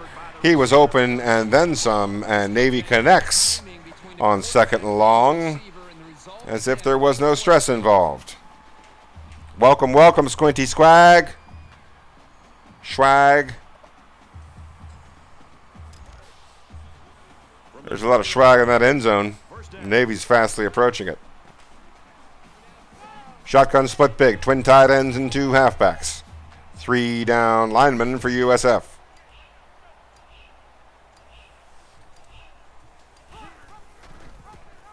Up the gut to Joe Bright, the power back, picks up 8 on the inside give. They run the option, and they successfully navigate a miasmic sea for an 8-yard gain. Now setting up 2nd and short from the 12-yard line. Navy knocking on the door with just 2 minutes remaining. 2 minutes in the first quarter.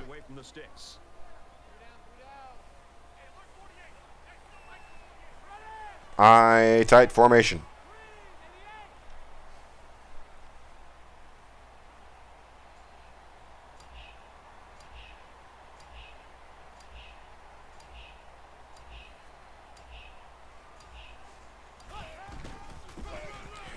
The give on the left side, traveling up in between the A and the B gap, is Wesley Green. He picks up enough for the first down. Going to be 1st and goal now. 1st and goal from about the 10, just inside the 10-yard line. Good news. The guy that we saw go to the locker room with that injury earlier is back on the sideline, and I got to bet he's going to be back in the game soon.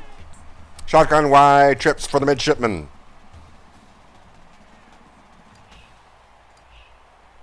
Hayes surveys the field. Takes the snap, drops back, and over the middle he goes to Todd McKinley. He picks up positive yards, the 2-yard gain. Now going to be 2nd and goal. We'll see if they mark it at the 7 or the 8. Whichever way the math works out, it's about 7.5 to go. And here's the 14th play of the drive. Eye tight once again for Navy. 4 down linemen for the Bulls.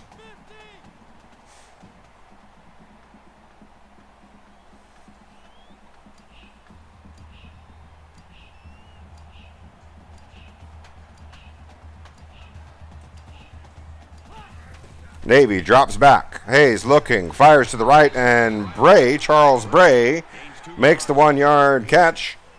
Now going to be 3rd and goal from about the 5, maybe the 5.5-yard line. They'll call it the 6 as we approach the end of the first frame. Coach SD, indeed, Monday will be an exciting affair. I am rooting for the Tigers in that one hardcore.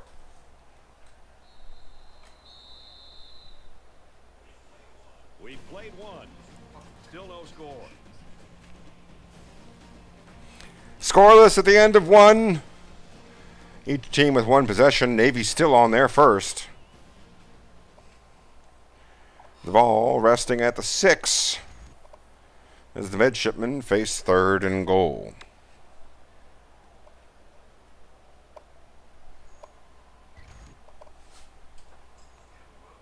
And we welcome you back to the action here, and we have got a tight one going on in quarter number 2. Spread set up for the middies. Shotgun set. Hayes drops back, looks, fires on the slant, and he stops short, 2 yards short. Vince Richards picks up 4 yards. They needed 6. Going to be 4th and goal from the 2. We're in the opening moments of the second quarter. And with each team having a possession, Navy's going to end their first with a field goal attempt here. And hope to get the first points of the game. Kick is up and good, clearly and easily. Navy gets the first points of the game. They lead 3-0 here in the second quarter. About to kick off and give the ball back to the Bulls. USF will have their second possession of the game. Check that, their first possession of the game. As Navy takes the entire first quarter on the opening possession, then puts the ball through the uprights just because they want to get a little Canadian with it. But the midshipmen able to take 8 minutes plus off the clock.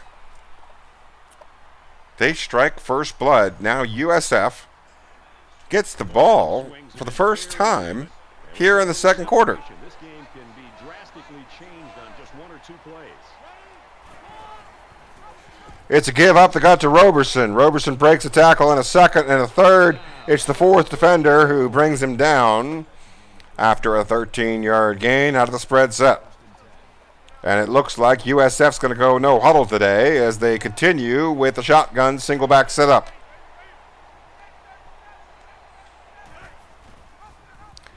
To Roberson again, breaks another tackle and navigates his way for 9 yards, setting up 2nd and 1. Coach SD, I am glad that you beat your brother. Spread set up once again for USF, still in the shotgun with single back set. Man in motion, and Jacobs joins the backfield. It's still a give up the gut to Roberson. He picks up 3. He's got 3 carries for 25 yards here in the early going.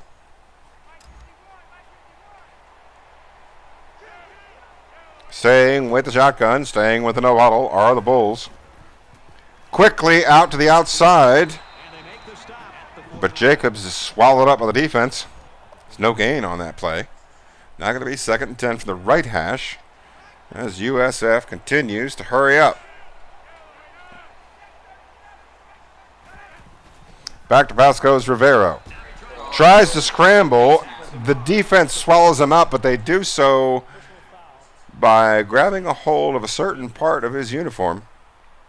And the referees deem that to be a 15-yard foul, otherwise known as a face mask. It's going to result in a first down, fresh set of downs for USF at the 40. They're still on their opening drive of the game, but we are in the second quarter.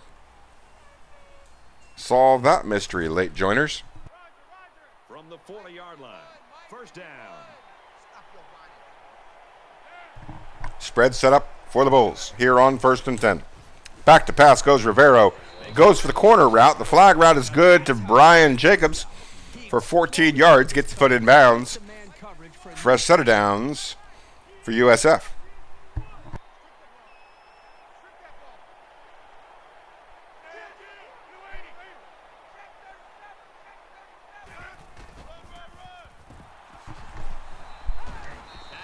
It is to give up the gut to the backup halfback, Aaron McIntyre, able to catch the defense a little bit off guard and falls forward for an extra 2.5.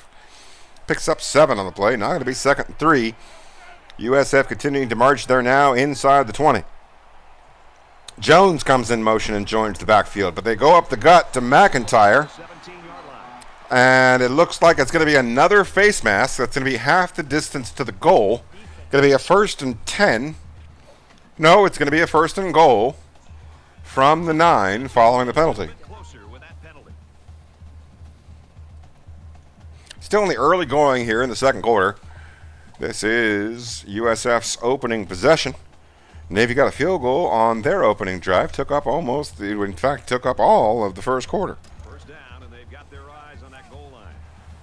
USF breaks the huddle facing 1st and goal from the 9. They've got a single back set and a tight end off to the left side. Man in motion from right to left, and they run to the left. They throw the pitch out to the left, and Phillips able to pick up 5 yards on the play. He's inside the 5, and now USF goes no huddle. 3.5-yard line, the marker. 2nd and goal for the Bulls. Navy trying to respond. Up the gut for Roberson, and Roberson picks up the touchdown. Chad Roberson wants his Campbell's Chunky Soup. Puts points on the board for the Bulls. Each team with 1 possession, each team with 1 score. Each team facing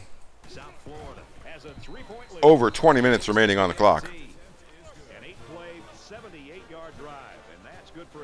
7-3 the score. USF leads over Navy. Navy about to have their 2nd possession of the ball game as the ball goes into the end zone, a little bit past the halfway point, and Navy gladly takes the touchback. They'll start from their own 25.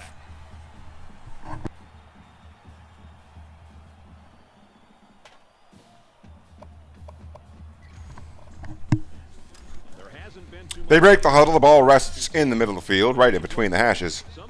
Navy coming out in a shotgun split big. It's the bear front once again for USF.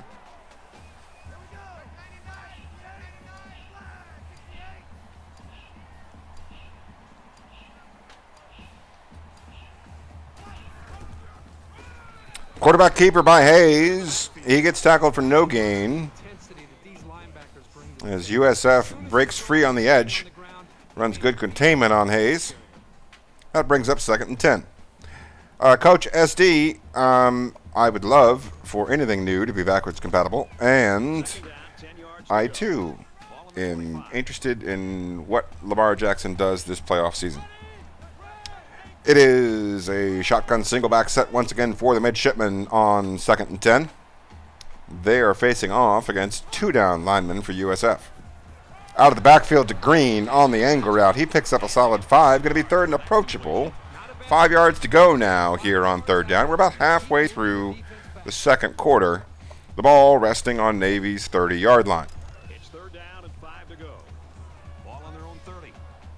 Spread set up by the middies. Quarterback in the gun. 5 wide receivers.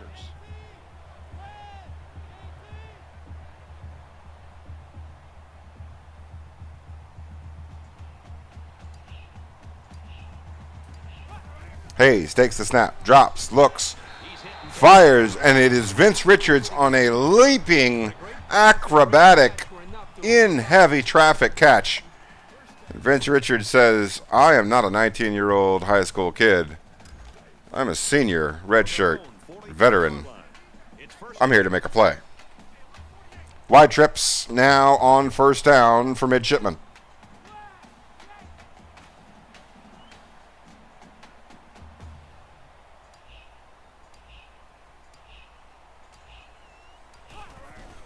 Hayes in the shotgun. Out of the backfield is Green. Wesley Green picks up 8 yards in the right flat. Took a 5-yard catch and added 3. Now going to be 2nd and 2. And Navy goes no huddle.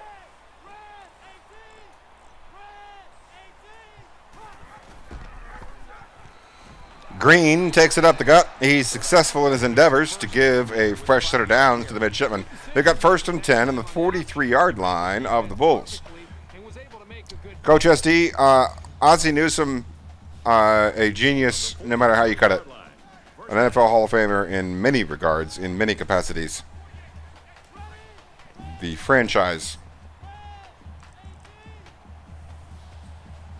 got a heck of a lot out of that draft pick. Shotgun split big for Navy. Up the gut to Green. Wesley Green tackled at the line of scrimmage. Going to be no gain on the play.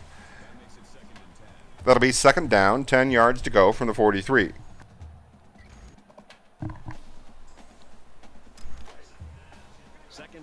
Second and 10.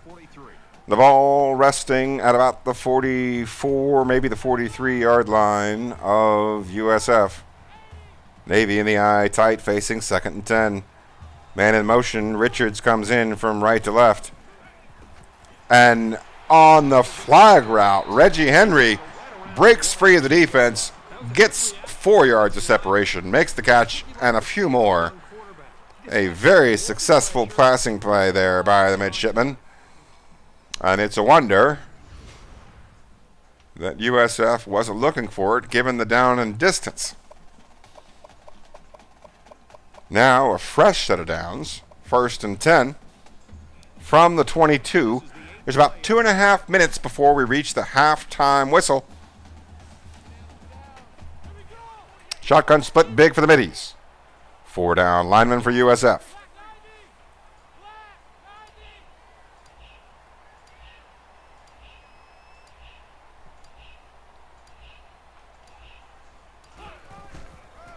Hayes on the keeper. Up the gut he goes. And he's got enough for the 1st down and a few more. It's a 13-yard gain. That's going to be 1st and goal from the 9 for Navy. They trail by 4, but they have the ball. They've got 4 downs, potentially, to put this ball in the end zone and take the lead. We'll see what happens on these next couple of plays.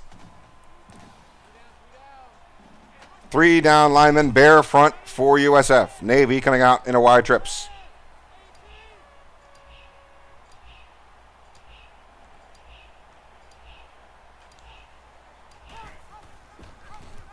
Quarterback keeper, Hayes off to the right side, and he almost puts it into the paint. Instead, he comes up about a half a yard short. But now, Navy has 2 downs before they have to make any kind of decision. They got about 6 inches from the lead here on 2nd and goal.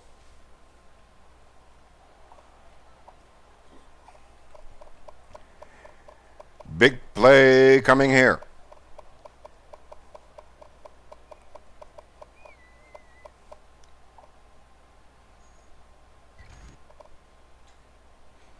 This is a conference championship after all. This is the time when you roll the dice. Navy coming out with twin tight end sets. They got a power formation. 3 down lineman, bare front for USF.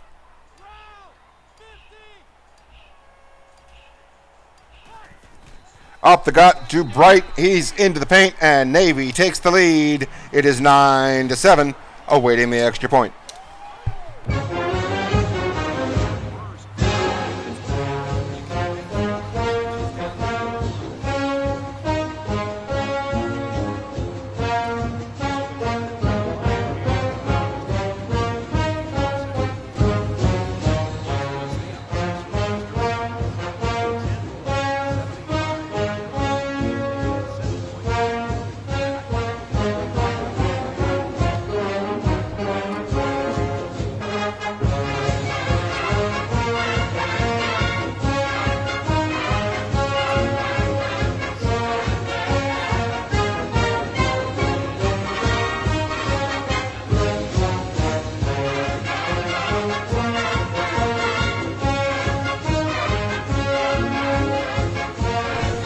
56 seconds remain in the half. USF taking over at their own 25-yard line. They come out of the huddle sporting 3 wide receivers, a fullback, and a tight end. They're in a shotgun set. Let's see what happens. Back to pass goes Rivera. Flings it out to Hunt near the sideline. Hunt takes an extra second to get down, but he does get down. And the yardage is enough that USF says, you know what, we are going to call a timeout. We'll see what happens here. 34-yard line, the marker. 50 seconds left in the half. 3-point ball game, Navy ahead. Shotgun set for the Bulls. Screen pass, and they get rid of the football. They didn't like any of what they saw. They still face 1 yard for the first down. That play cost them about 3 seconds.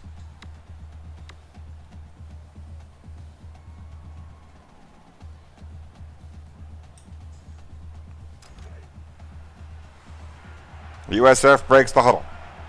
They're staying with the shotgun single back set, and there's a tight end in the backfield with the halfback. They run the option to the left. Quarterback keeper, he breaks the tackle and falls forward, picks up 7. They needed the first down more than they needed the yardage. He got both. Ball now resting on the left hash as USF calls another timeout now with 44 seconds left. It's 1st and 10. Ball on the 41-yard line. 3 down lineman for Navy. Shotgun still for USF. Back to pass goes Rivero. Under a little bit of pressure, flings it out to the left side. Jimmy Hurst picks up 10 yards, plus gets out of bounds. 40 seconds on the clock. The ball right near the midfield stripe, and USF trying to rescue something before the end of the half. Navy has dominated the time of possession to this point. 1st and 10, 40 seconds on the clock. USF just barely into Navy territory. Back to pass goes Rivero. Over the middle to Smart. Smart's got the first down and more. Picks up 18 yards. Ball resting in the middle field, and USF goes no huddle. Chauncey Smart's 18-yard catch gives them possession on about the 31-yard line. Rivero drops back, looks, and flings it out to the right. He was under heavy pressure. Might have gotten rid of that a little too soon as that receiver was well covered. And that's a big play for the Navy defense. Big play.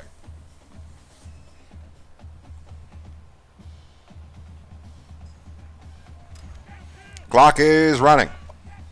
Less than 20 seconds left, 2nd and 10. Back to pass. Rivero. Inbounds is Chauncey Smart making the 25-yard catch. We'll get a look here on the given replay. They don't show his feet. Navy with 3 timeouts, not much other opportunity to use them. They're going to go ahead and challenge. The odds are against them, but as we just stated, no reason to go into the half with extra timeouts.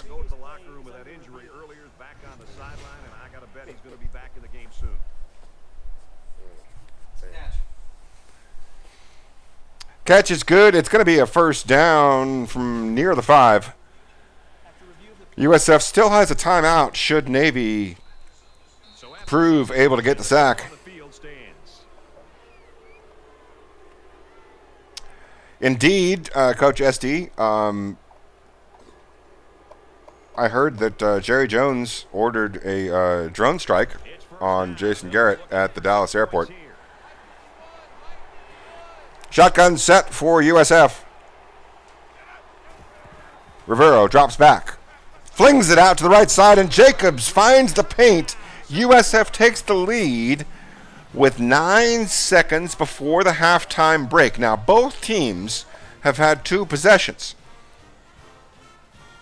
Remember, the Navy started with the ball, took the entire first quarter, got the field goal. USF scored, and then Navy scored, and now, right before the half, USF scores again. And so we will start the second half with USF having a 4-point lead and the football to start the half. Now, if you have been watching Navy football this season, you know that this year's defense is an excellent midshipman defense. And you know that Coach Ninja is going to make the proper halftime adjustments. Few coaches in League One are better at making those tweaks at the halftime break than Coach Ninja. Navy going to embrace the halftime break. They're not taking any chances. They're going to go straight to the locker room here. They trail by 4. We will pause for station identification. We'll be back in just a few minutes here for this American Conference Championship game.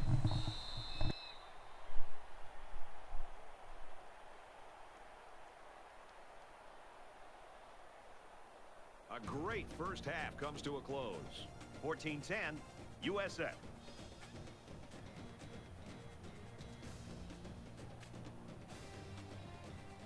Glad to have you with us in the studio for the EA Sports NCAA Football 14 halftime show presented by Nissan. Innovation that excites.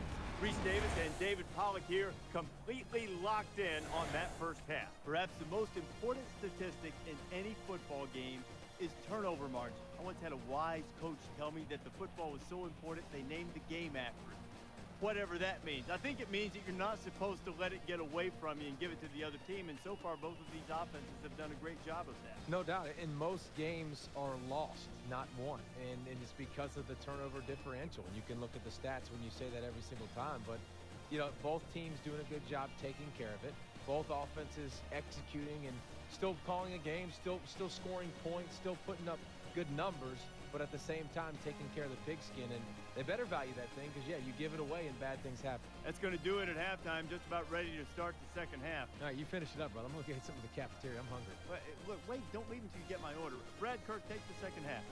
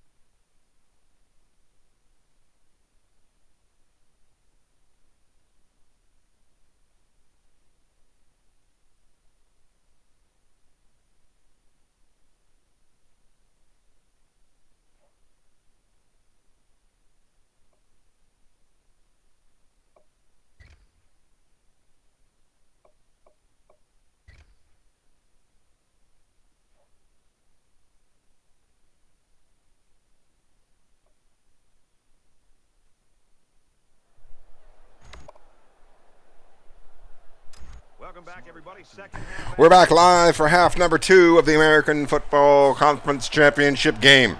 He kicks it off, and he got all Deep into the end zone it goes. No choice but to take the touchback because his back foot was out of the back of the end zone. The second half opens with USF at their own 25-yard line, ahead by 4. As we are now at the 8-minute mark of the third quarter. This game is for all the marbles for the conference championship. Navy trying to win their first under Coach Ninja. South Florida is up by 4. Shotgun single back with the tight end to the left. They run the flag route to Jacobs. He's got space. And off to the races he is. And he is into the end zone. The first play of the second half. Brian Jacobs able to reel in the pass. He was open by a good margin. And able to take it into the end zone. If you're trailing in the second half, your most precious commodity is time. And the good news is that if USF was destined to score, you'd much rather have it be a one-play drive. What you don't want is USF to take a 15-play drive, take most of the third quarter, and get to this result. At this point in time, Navy, with capable coaching, still with tons of time, days left in the football game, they can still keep running their offense. They're under no pressure with only 8 seconds elapsed in the third quarter. 7:52 on the clock. No expenditure on the touchback of time. And Navy's going to take over on their own 25. 7:52 left in the third quarter, trailing by 11. Navy in the 5-wide set. 4 down, lineman for USF. Hayes back to pass and hits Richards. Vince Richards picks up 3 yards. Going to be 2nd and 7 now for the midshipman. I bet they're going to miss him as a target when he moves on. You get used to having such a reliable receiver on your side. From their own 28-yard line. 28-yard line, left hash is where the ball rests, and Navy comes out in a shotgun Y trips. Hayes drops back and hits over the middle to Todd McKinley. And while it only got 2, it certainly is going to keep the defense honest in that formation. Look for Navy to utilize that for a possible run to the outside the next time they come out in that Y trips. Now facing 3rd and 5 on their own 30. Just a little bit over 7 minutes remaining in the third. Navy breaks the huddle here for a first down that they need.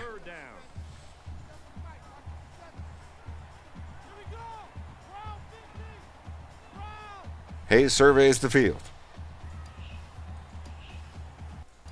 Takes the snap, drops back, looks, throws it over the middle, and Sanders makes the interception. It's the first turnover of the game. And that gives USF possession in Navy territory. It's the first registered incompletion. We thought there might have been an incompletion earlier, but in fact, that is the first registered incompletion for Reggie Hayes. That makes him 14 out of 15. And that gives USF the ball deep in Navy territory. The midshipman defense is going to have to make a stand right here, right now. Into motion goes Roberson, the halfback. Breaks the tackle, picks up some blocking. And it takes 2 bodies to bring him down inside the 10. It's a 28-yard gain by Chad Roberson. That sets up 1st and goal from about the 6-yard line. Navy defense maneuvering, trying to make the stop.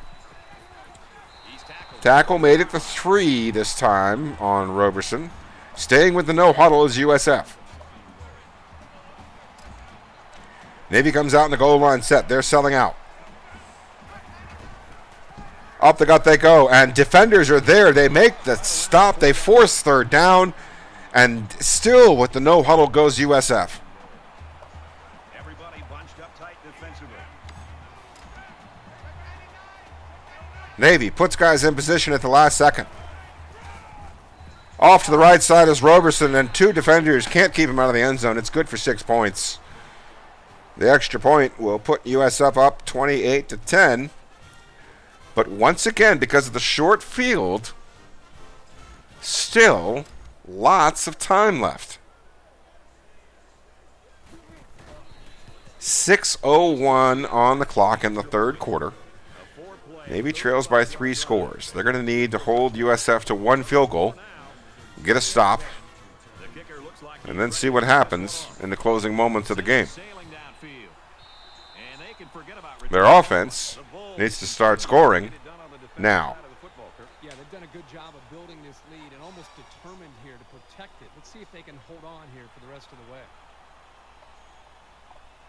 1st and 10, 25-yard line, the marker for the midshipmen. They come out and break the huddle.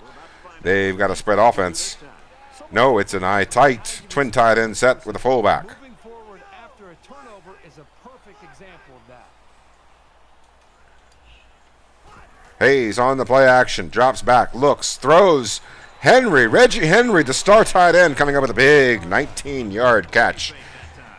That's a good start to the drive, as Navy already out near the midfield stripe.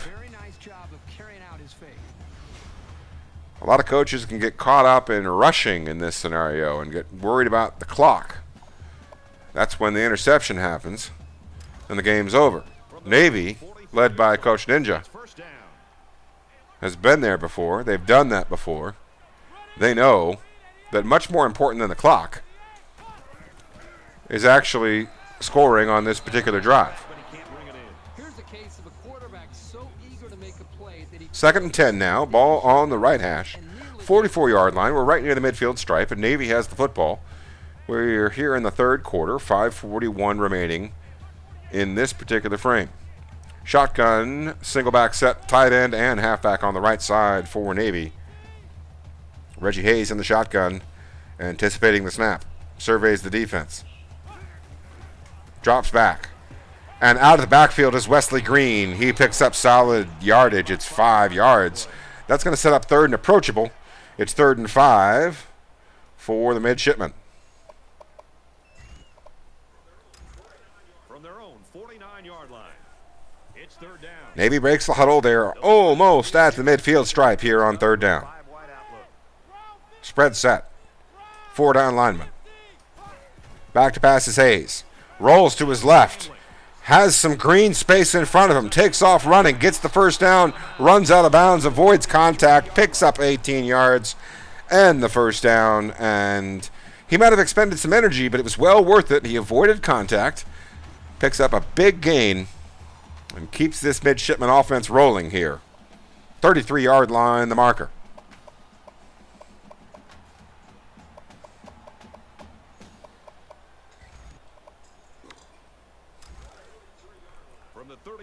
Wesley Green out with a strained calf. He will return soon. Navy has a stable of good halfbacks. That's a position that they happen to be deep in.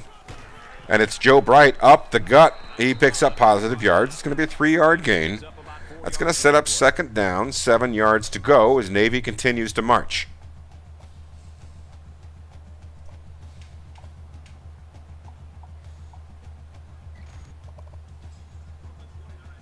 From the 29-yard line.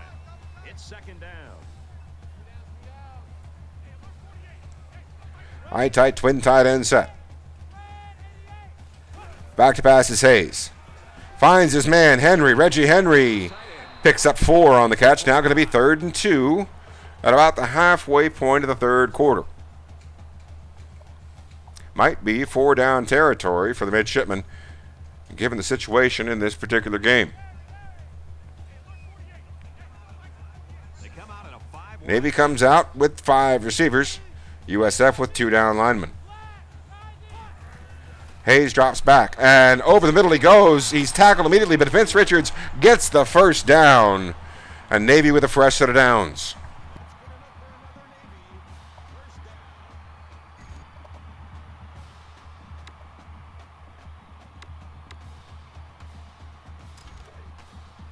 From the 23-yard line. 1st down. Twin tight end set for Navy. Hayes drops back. hits Henry, makes the spin move, and into the end zone he goes. It's a 23-yard touchdown pass. Reggie Henry making the big play for the Navy offense. They get the 6 points. The extra point will bring them to within a touchdown and a field goal with a 2-point conversion. It will also allow them to give up 1 field goal.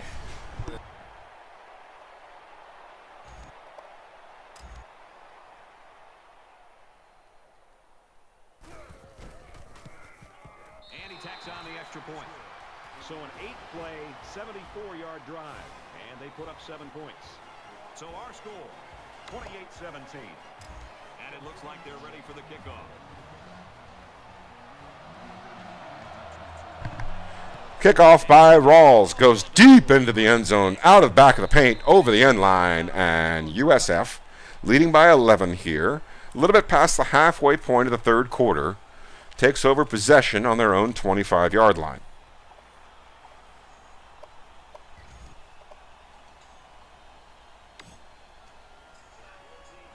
So now both teams come trotting back out onto the field. Navy comes out in the 3-3-5 Okie.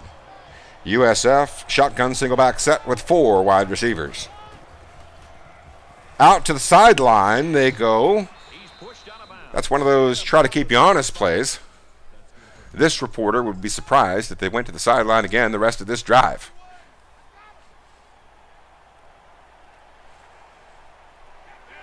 Single back. Instructions coming from the sideline. Rivero panics and is tackled. Didn't know what to do on the play. The instructions came in from the sideline right before the snap, but clearly something got missed in the communication.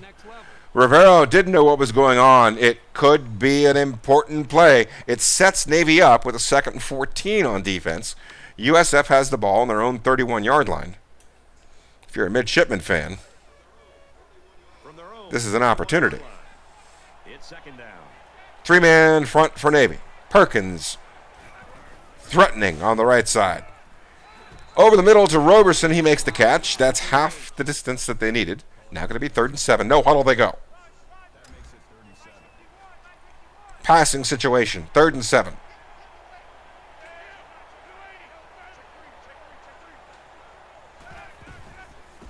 They fling it to the sideline. It's broken tackle, but the defender, the second defender, is able to push him out of bounds. That is a huge stop if USF punts, and it looks like they're bringing the special teams unit on the field. They have the ball outside their own 40. They're not going to take any chances. They're going to punt with an 11-point lead. And if you're a midshipman fan, boy, did you need this. Looks like it's headed to the end zone. We'll see where it landed. It might be... Yup, it looks like it's the 2-yard line. This is the CPU throwing another hurdle in front of Navy in their comeback effort. It's up to a great coach to overcome the extra hurdle. Let's see if that carries them back down the field. You know, when this defense went over to the sideline, based on the way they've been playing so far, this defense coordinator's got to be livid. He's got to get in their face. He's got to challenge them. He's got to get their emotions going. Because when you play defense, it's not just about X's and O's. It's about attitude and playing with a lot of... Up the gut they go. Bright picks up good yardage. 5-yard gain on 1st down. Navy has a decent opportunity here to get the ball out of the shadow of their own goalposts. Just as their last drive benefited from a very quick USF possession, this drive benefited from a very quick USF possession. And there's still enough time on the clock that Navy still, at this point in the ball game, doesn't need to worry about the clock. They just need to worry about 1st downs. That run is good for 1.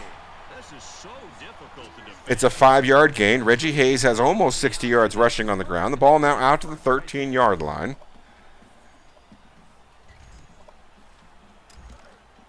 Navy having to strike that balance between calling plays quickly and making sure their offensive line doesn't start to get tired. They've got to call plays quickly, but still give 5 or 6 or 7 seconds between plays. Bright picks up 5 up the gut on the option. It's a good play to keep the defense honest. The inside run on the option by Bright. That's going to bring up 2nd and 5, now at the 18-yard line. Navy with an opportunity here to draw within 1 score. It's 2nd and 5 here. Ball on their own 18. Shotgun, single back. Tight end, halfback on the right. The give up the gut to Green. He picks up 2.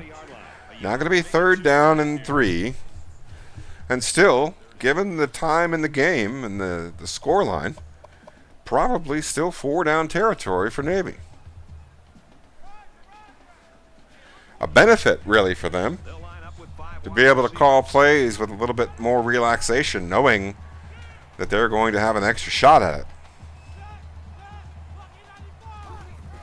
Hayes on the quarterback keeper. Catches the defense off guard. Picks up the first down. Good for 4 yards. Fresh set of downs. Once again, that's back-to-back first downs for Navy. They have excavated the ball out from inside their 5. They're out to their own 24. They have time for 1, maybe 2 plays left in the third quarter before they catch a breather entering the final frame. It's first down.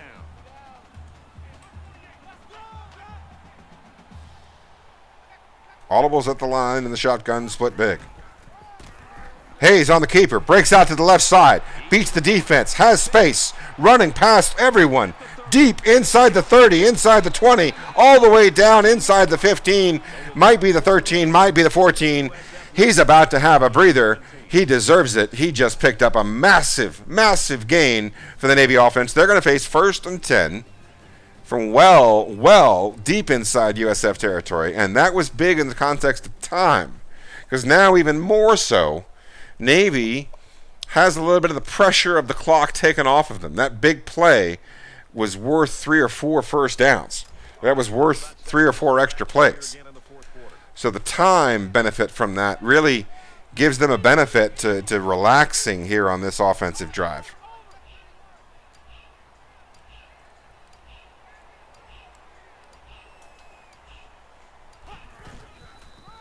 Up the gut they go to Green. Defense is wise to it. They stop him for a loss of 1. Now going to be 2nd down and 11.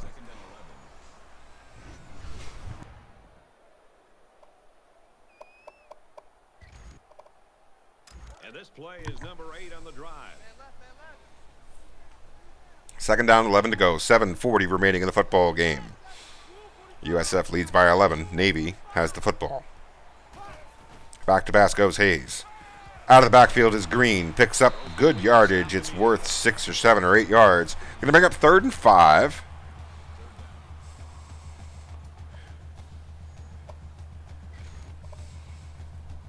And one starts to wonder if it is still 2 down territory for Navy, because a field goal would bring them within 8. They don't want that tough decision. They want a first down now.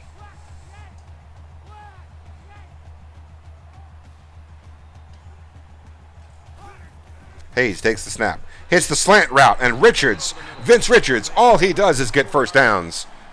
Picks up a key one there on his 7th catch. Not a very sexy 38 yards receiving on 7 catches, but a very important 38 yards receiving, illustrated by that one there. Now, 1st and goal, inside the 5. Navy trails by 2 scores. We have lots of time left in this game. Read option play, give to Green up the gut, it's into the paint, and just like that, we've got a 1-score game.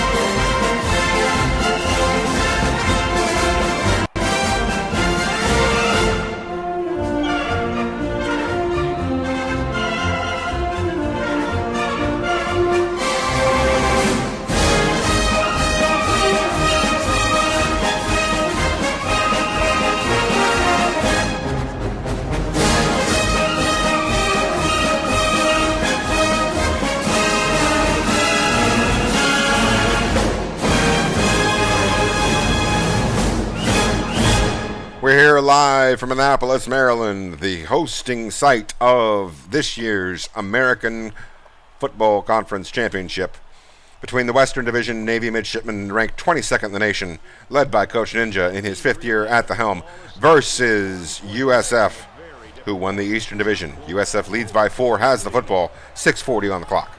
Back to pass goes Rivero. Surveys the field, throws out towards the sideline, picks up Jones. He's got the first down, falls across the marker, picks up 12 yards on the play, and still USF goes no huddle.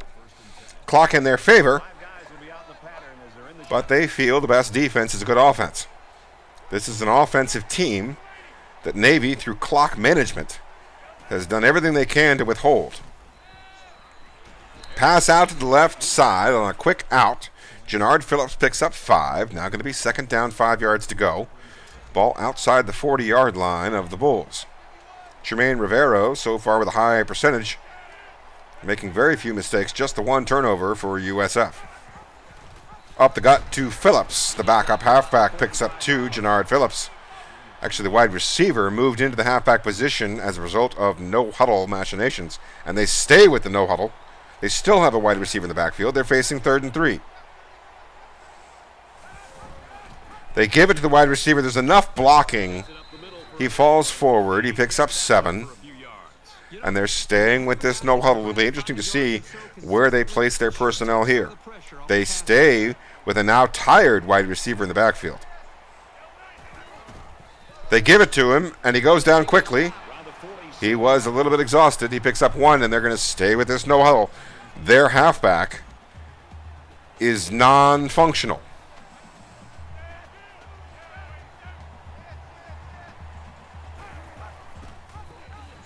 They gave it to him, and the defense stuffs him for a loss of a half a yard. Well, they call it a positive gain. Might be a gain of an inch. Either way, it's now 3rd and long for the midshipman defense.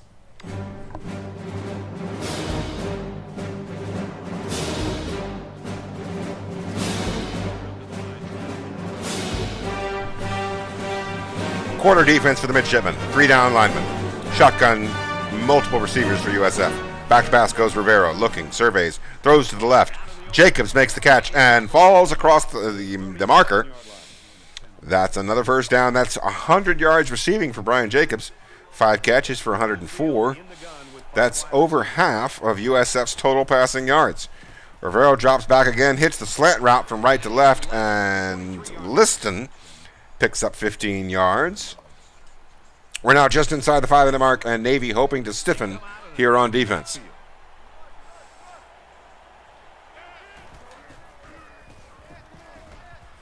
Looking and breaks the tackle, gets the first down inside the 10. On the 14-yard catch is Jimmy Hurst. 1st and goal now. No huddle still is USF running the hurry-up offense. Ball at the 7-yard line of the midshipmen. Bare front now for the Navy midshipmen. And it's worthy of the call. It stops Willie Liston to a no-yard gain.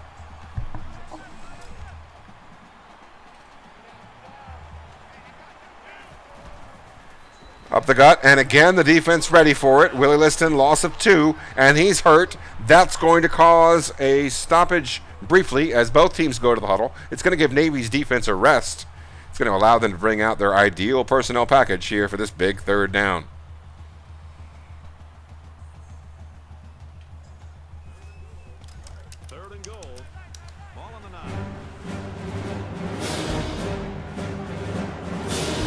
Zone defense for Navy. Rivero surveys, looking, throws underneath. Roberson makes the catch, breaks the tackle, gets 5, but it is not enough. It is, I repeat that, it is not enough. USF is going to be forced to bring the special teams unit on the field. It's going to give them a 7-point lead here on the short field goal, but it is going to give the Navy midshipmen the football with an opportunity to tie the football game, a position that was at a low percentage about a quarter and a half ago.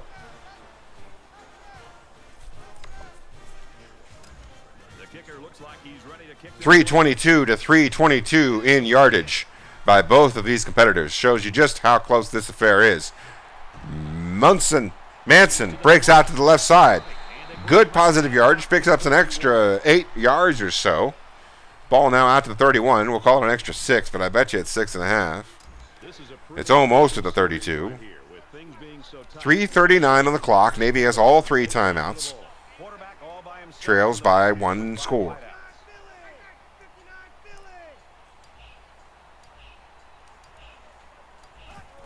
Hayes drops back, looks, scrambles to his left, and miraculously is able to get rid of the football. That was an excellent play by Hayes just to get rid of the football and save the yardage. Now going to bring up 2nd and 10. Another opportunity for Navy to take a breather, take a chance, take a minute to guess what the defense might be doing.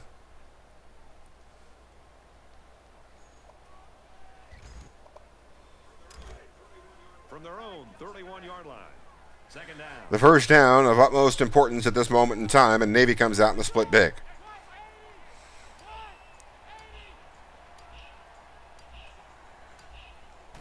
Hayes drops back. Throws to the back. He makes the catch. Good for 4. It's almost half the distance. Now 3rd and 6. Navy, at this point in time, you figure is in 2-down territory. This is the moment in the game where they would almost be forced to go for it if they don't get it here. It's 3rd down. And they're going to put 6 DBs on the field to counter that 5-receiver look. Hayes drops back, looks, and throws underneath. He is just shy. Todd McKinley just shy, picks up 5. Navy goes no huddle, facing 4th and 1. Less than 3 minutes in the game. Caught by Vince Richards, Captain Clutch. Makes the 4-yard catch. 8 catches for 42 yards. And you better believe every one of them has been important. Hayes in the spread set. Back to pass. Throws to the right on the zag route. Vince Richards again. This time good for 4 once again. Now 2nd and 6. Navy still with 3 timeouts and 2:35 on the clock. Hayes drops back. Scrambles to his left. Runs into space. Picks up 3. Now going to be 3rd and 4. And we'll take a look here and see what the status is. Navy wasting no time making the decision. They call their first timeout. They want Hayes to get the full rest. And they don't want to waste any time doing it. Big 3rd and 4 here. And given the expenditure of the timeout, still now definitely 2-down territory.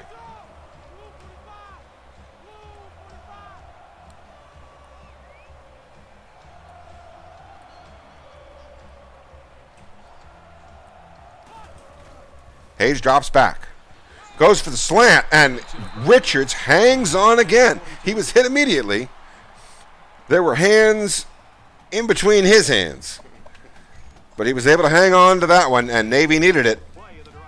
Now 1st and 10, 2:04 and counting. Navy with 2 timeouts in USF territory, trailing by 7. Incomplete on the play, and that's just about the best result you could have hoped out of what transpired after the snap. No interception on the play. Navy retains possession, loses very little time, and a down. Twin tight end set for the midshipmen.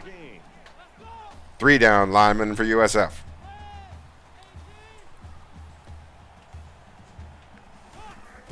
Hayes on the play action, rolls to his right, and is sacked for a loss of 7 on the play.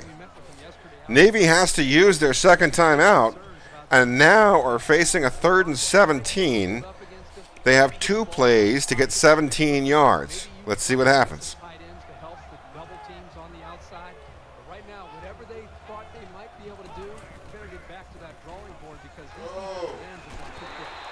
Incredibly clutch catch by Vince Richards, double teamed, smacked the second he makes the catch at the first down marker. Hangs on to the football, gives Navy new life. Hayes drops back and goes over the middle to Bray, takes the safe option. Still plenty of time on the clock. 1:36 now for Navy. They're inside the 30-yard line of USF.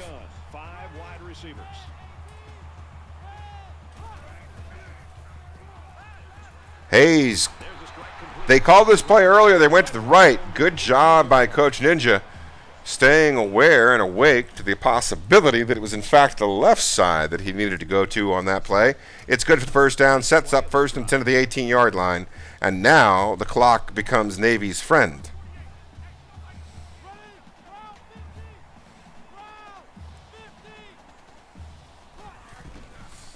Play action pass. Hayes hits the underneath route. Charles Bray picks up 2. Midshipmen having to walk that fine line between playing the clock the right way and continuing to get first downs. They can get one more first down before the end zone. And the most important thing, facing a 7-point deficit before the clock, is the touchdown.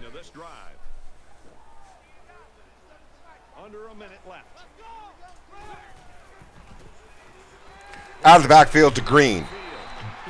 They ruled him across the yard marker. That's a favorable call for Navy. It gives them a 1st and goal with 43 seconds left. They stay with the no huddle.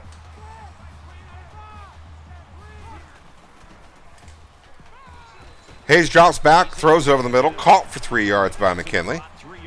Now 2nd and goal. Creeping inside the 30-second mark.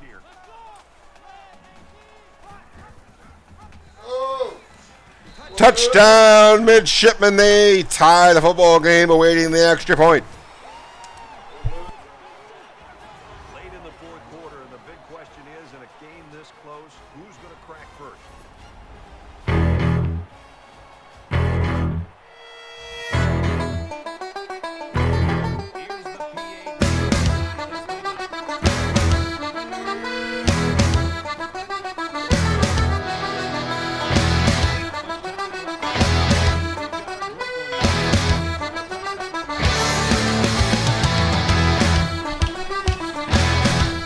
24 ticks on the clock. Believe it or not, we've got a tie football game. Navy fighting all the way back, trailing 28-10, and now locked in a 31-all deadlock. USF has 3 timeouts. They line up with 4 wide receivers.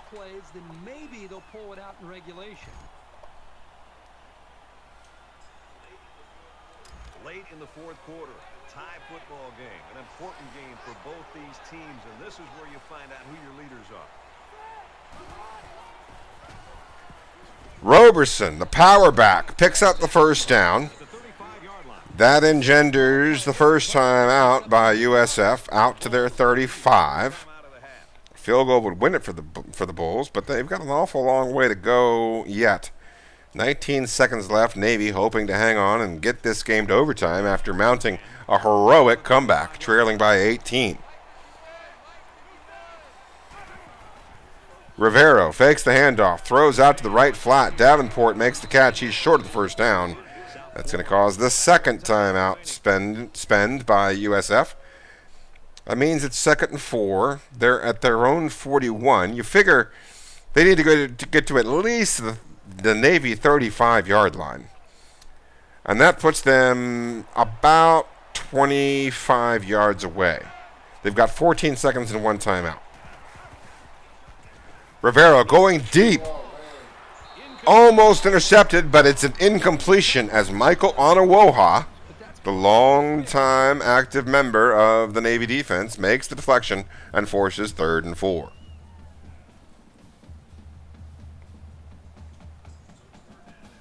So it's 3rd down now, and they're going to need about 4.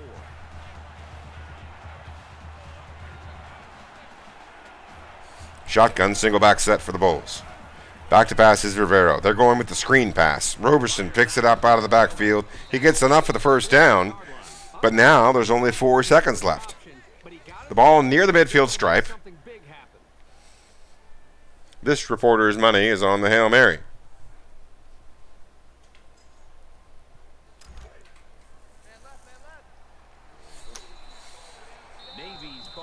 There's a timeout from Navy. They want to make sure everybody is as well rested as possible. They want to make sure that they have the exact package that they want. They want to cross all their T's and dot all their I's on this particular play. From the 48-yard line. 48-yard line of the Midshipmen. 4 seconds remaining. Tie ball game. USF back to pass. Rivero surveys. Rolls to his right a little bit. Throws it pretty deep. And it falls harmlessly to the turf. We are headed to overtime in the American Conference Championship.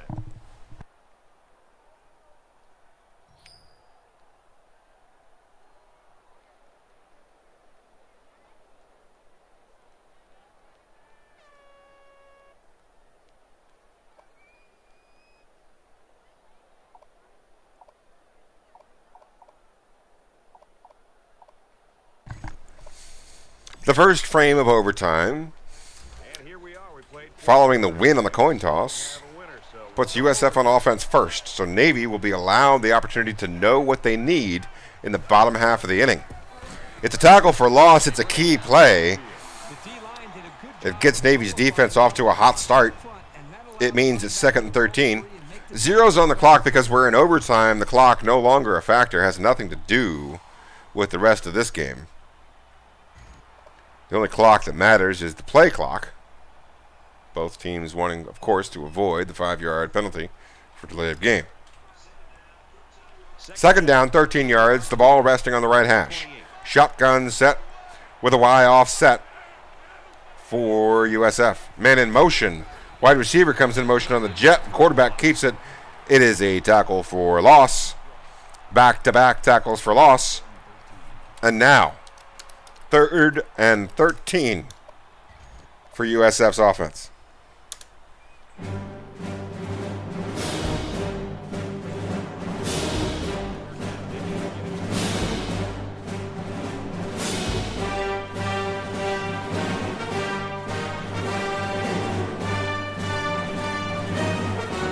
Roberson gets the carry, breaks the first wave of tacklers. The second wave of tacklers keeps him from getting the first down. Picks up good yards, but not nearly enough. Now here on 4th down, USF forced to kick the field goal.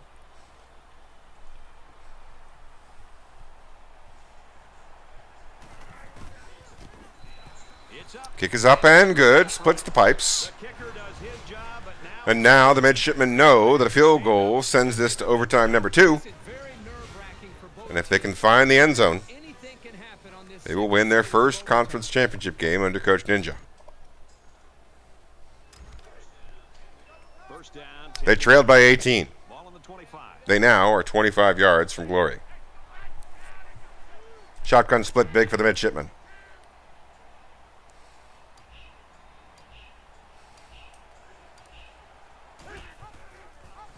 Hayes gives it up the gut to Bright. Bright breaks out to the left side, turns something into something more, turns a 7-yard gain into about a 15-yard gain, maybe more. Ball probably at about the 11-yard line. They'll call it the 10, but it's not 1st and goal. It's 1st and 10 from the 10. Great first play of the bottom of the first inning of overtime.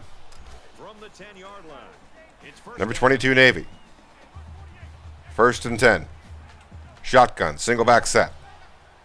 Machinations at the line of scrimmage. Audibles being made.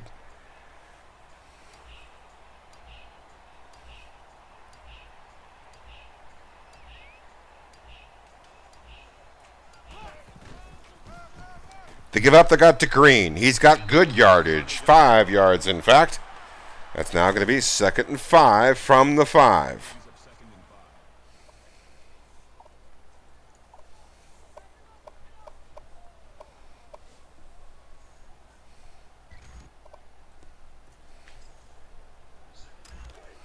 Second down and 5.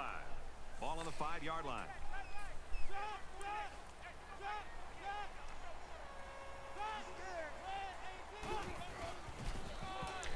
The give to Green. Stop just shy. Now 3rd down. Navy does not want to be faced with the decision on 4th down.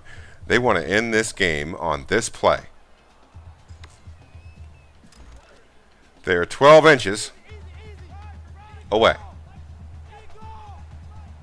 Twin tight ends. Power set. Up the gut to Scott, and Navy wins the American Conference Championship.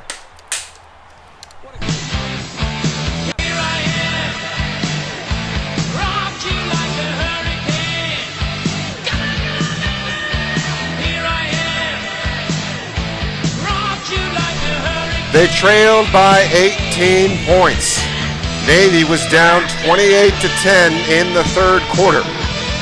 Coach Ninja took a deep breath, gave himself some smelling salts, reloaded his holster, and came back firing bullets throughout the 2nd half. The Navy defense supported the Navy offense. The Navy offense didn't get any major plays with one exception. One huge 58-yard play Outside of that, Navy was patient. They stayed calm despite the score on the clock. And they come away with an 18-point comeback victory. Coach Ninja wins his first conference championship as coach of the Navy Midshipmen. The Navy Midshipmen will indeed stay ranked, and you better believe they're headed to an exciting bowl. We await what that's going to be. That news will be coming up. You will catch that game next week. Both Navy's bowl game and Syracuse's national championship game against what is likely to be the number 2 undefeated ranked Air Force Falcons. We thank you for joining us. Navy comes away with a 37-34 victory. Hard to single out a single player. There was one big play, but it was a team effort on both sides of the ball by Navy. There were at least 3 or 4 plays in the second half that if they'd gone the other direction, it would have been a different storyline. But as it stands, your 22nd ranked Navy Midshipmen, champions of the American Conference, move on, survive and advance, and give Coach Ninja their 11th victory of the season. That is the number 3 ranked ESPN Instant Classic. Last week was number 2. For Coach Ninja's profile. And of course, he has played 16 seasons. Got a good sample size in that category. Looking at the game stats, we see close in first downs, close enough in yardage.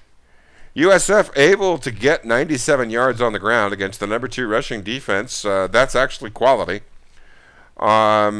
Key was Navy's 32 out of 36 passing. If you told Navy at the beginning of the season that they would win the conference championship by going 32 out of 36 passing, you'd get some strange looks. But that's how it wound up. They don't outpass in yardage or even in percentage, USF, but highly effective, even though they gave up a turnover. And a reminder to our viewers, that turnover put USF up by 3 scores. Big comeback. Big comeback by Navy. They accomplished what they set out to do. They move on as champions of the American Conference.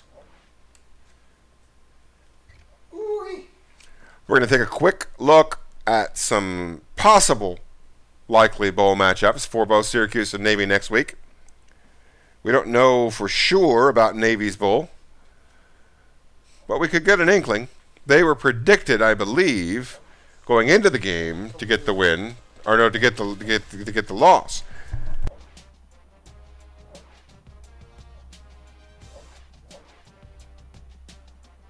Different than the other prediction. I don't know. The trophy in Navy's case.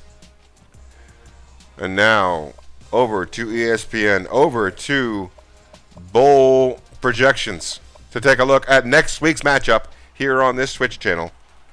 We have potentially now, okay, this is the Russell Athletic Bowl. This is not a bowl that is tied necessarily to the American Conference. Not tied to the American Conference, but if Navy qualifies for the Russell Athletic Bowl, that is an achievement in and of itself.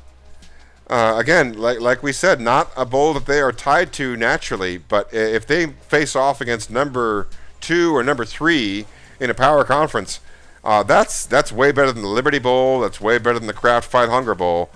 That ain't bad for the champion of the American if they receive that matchup.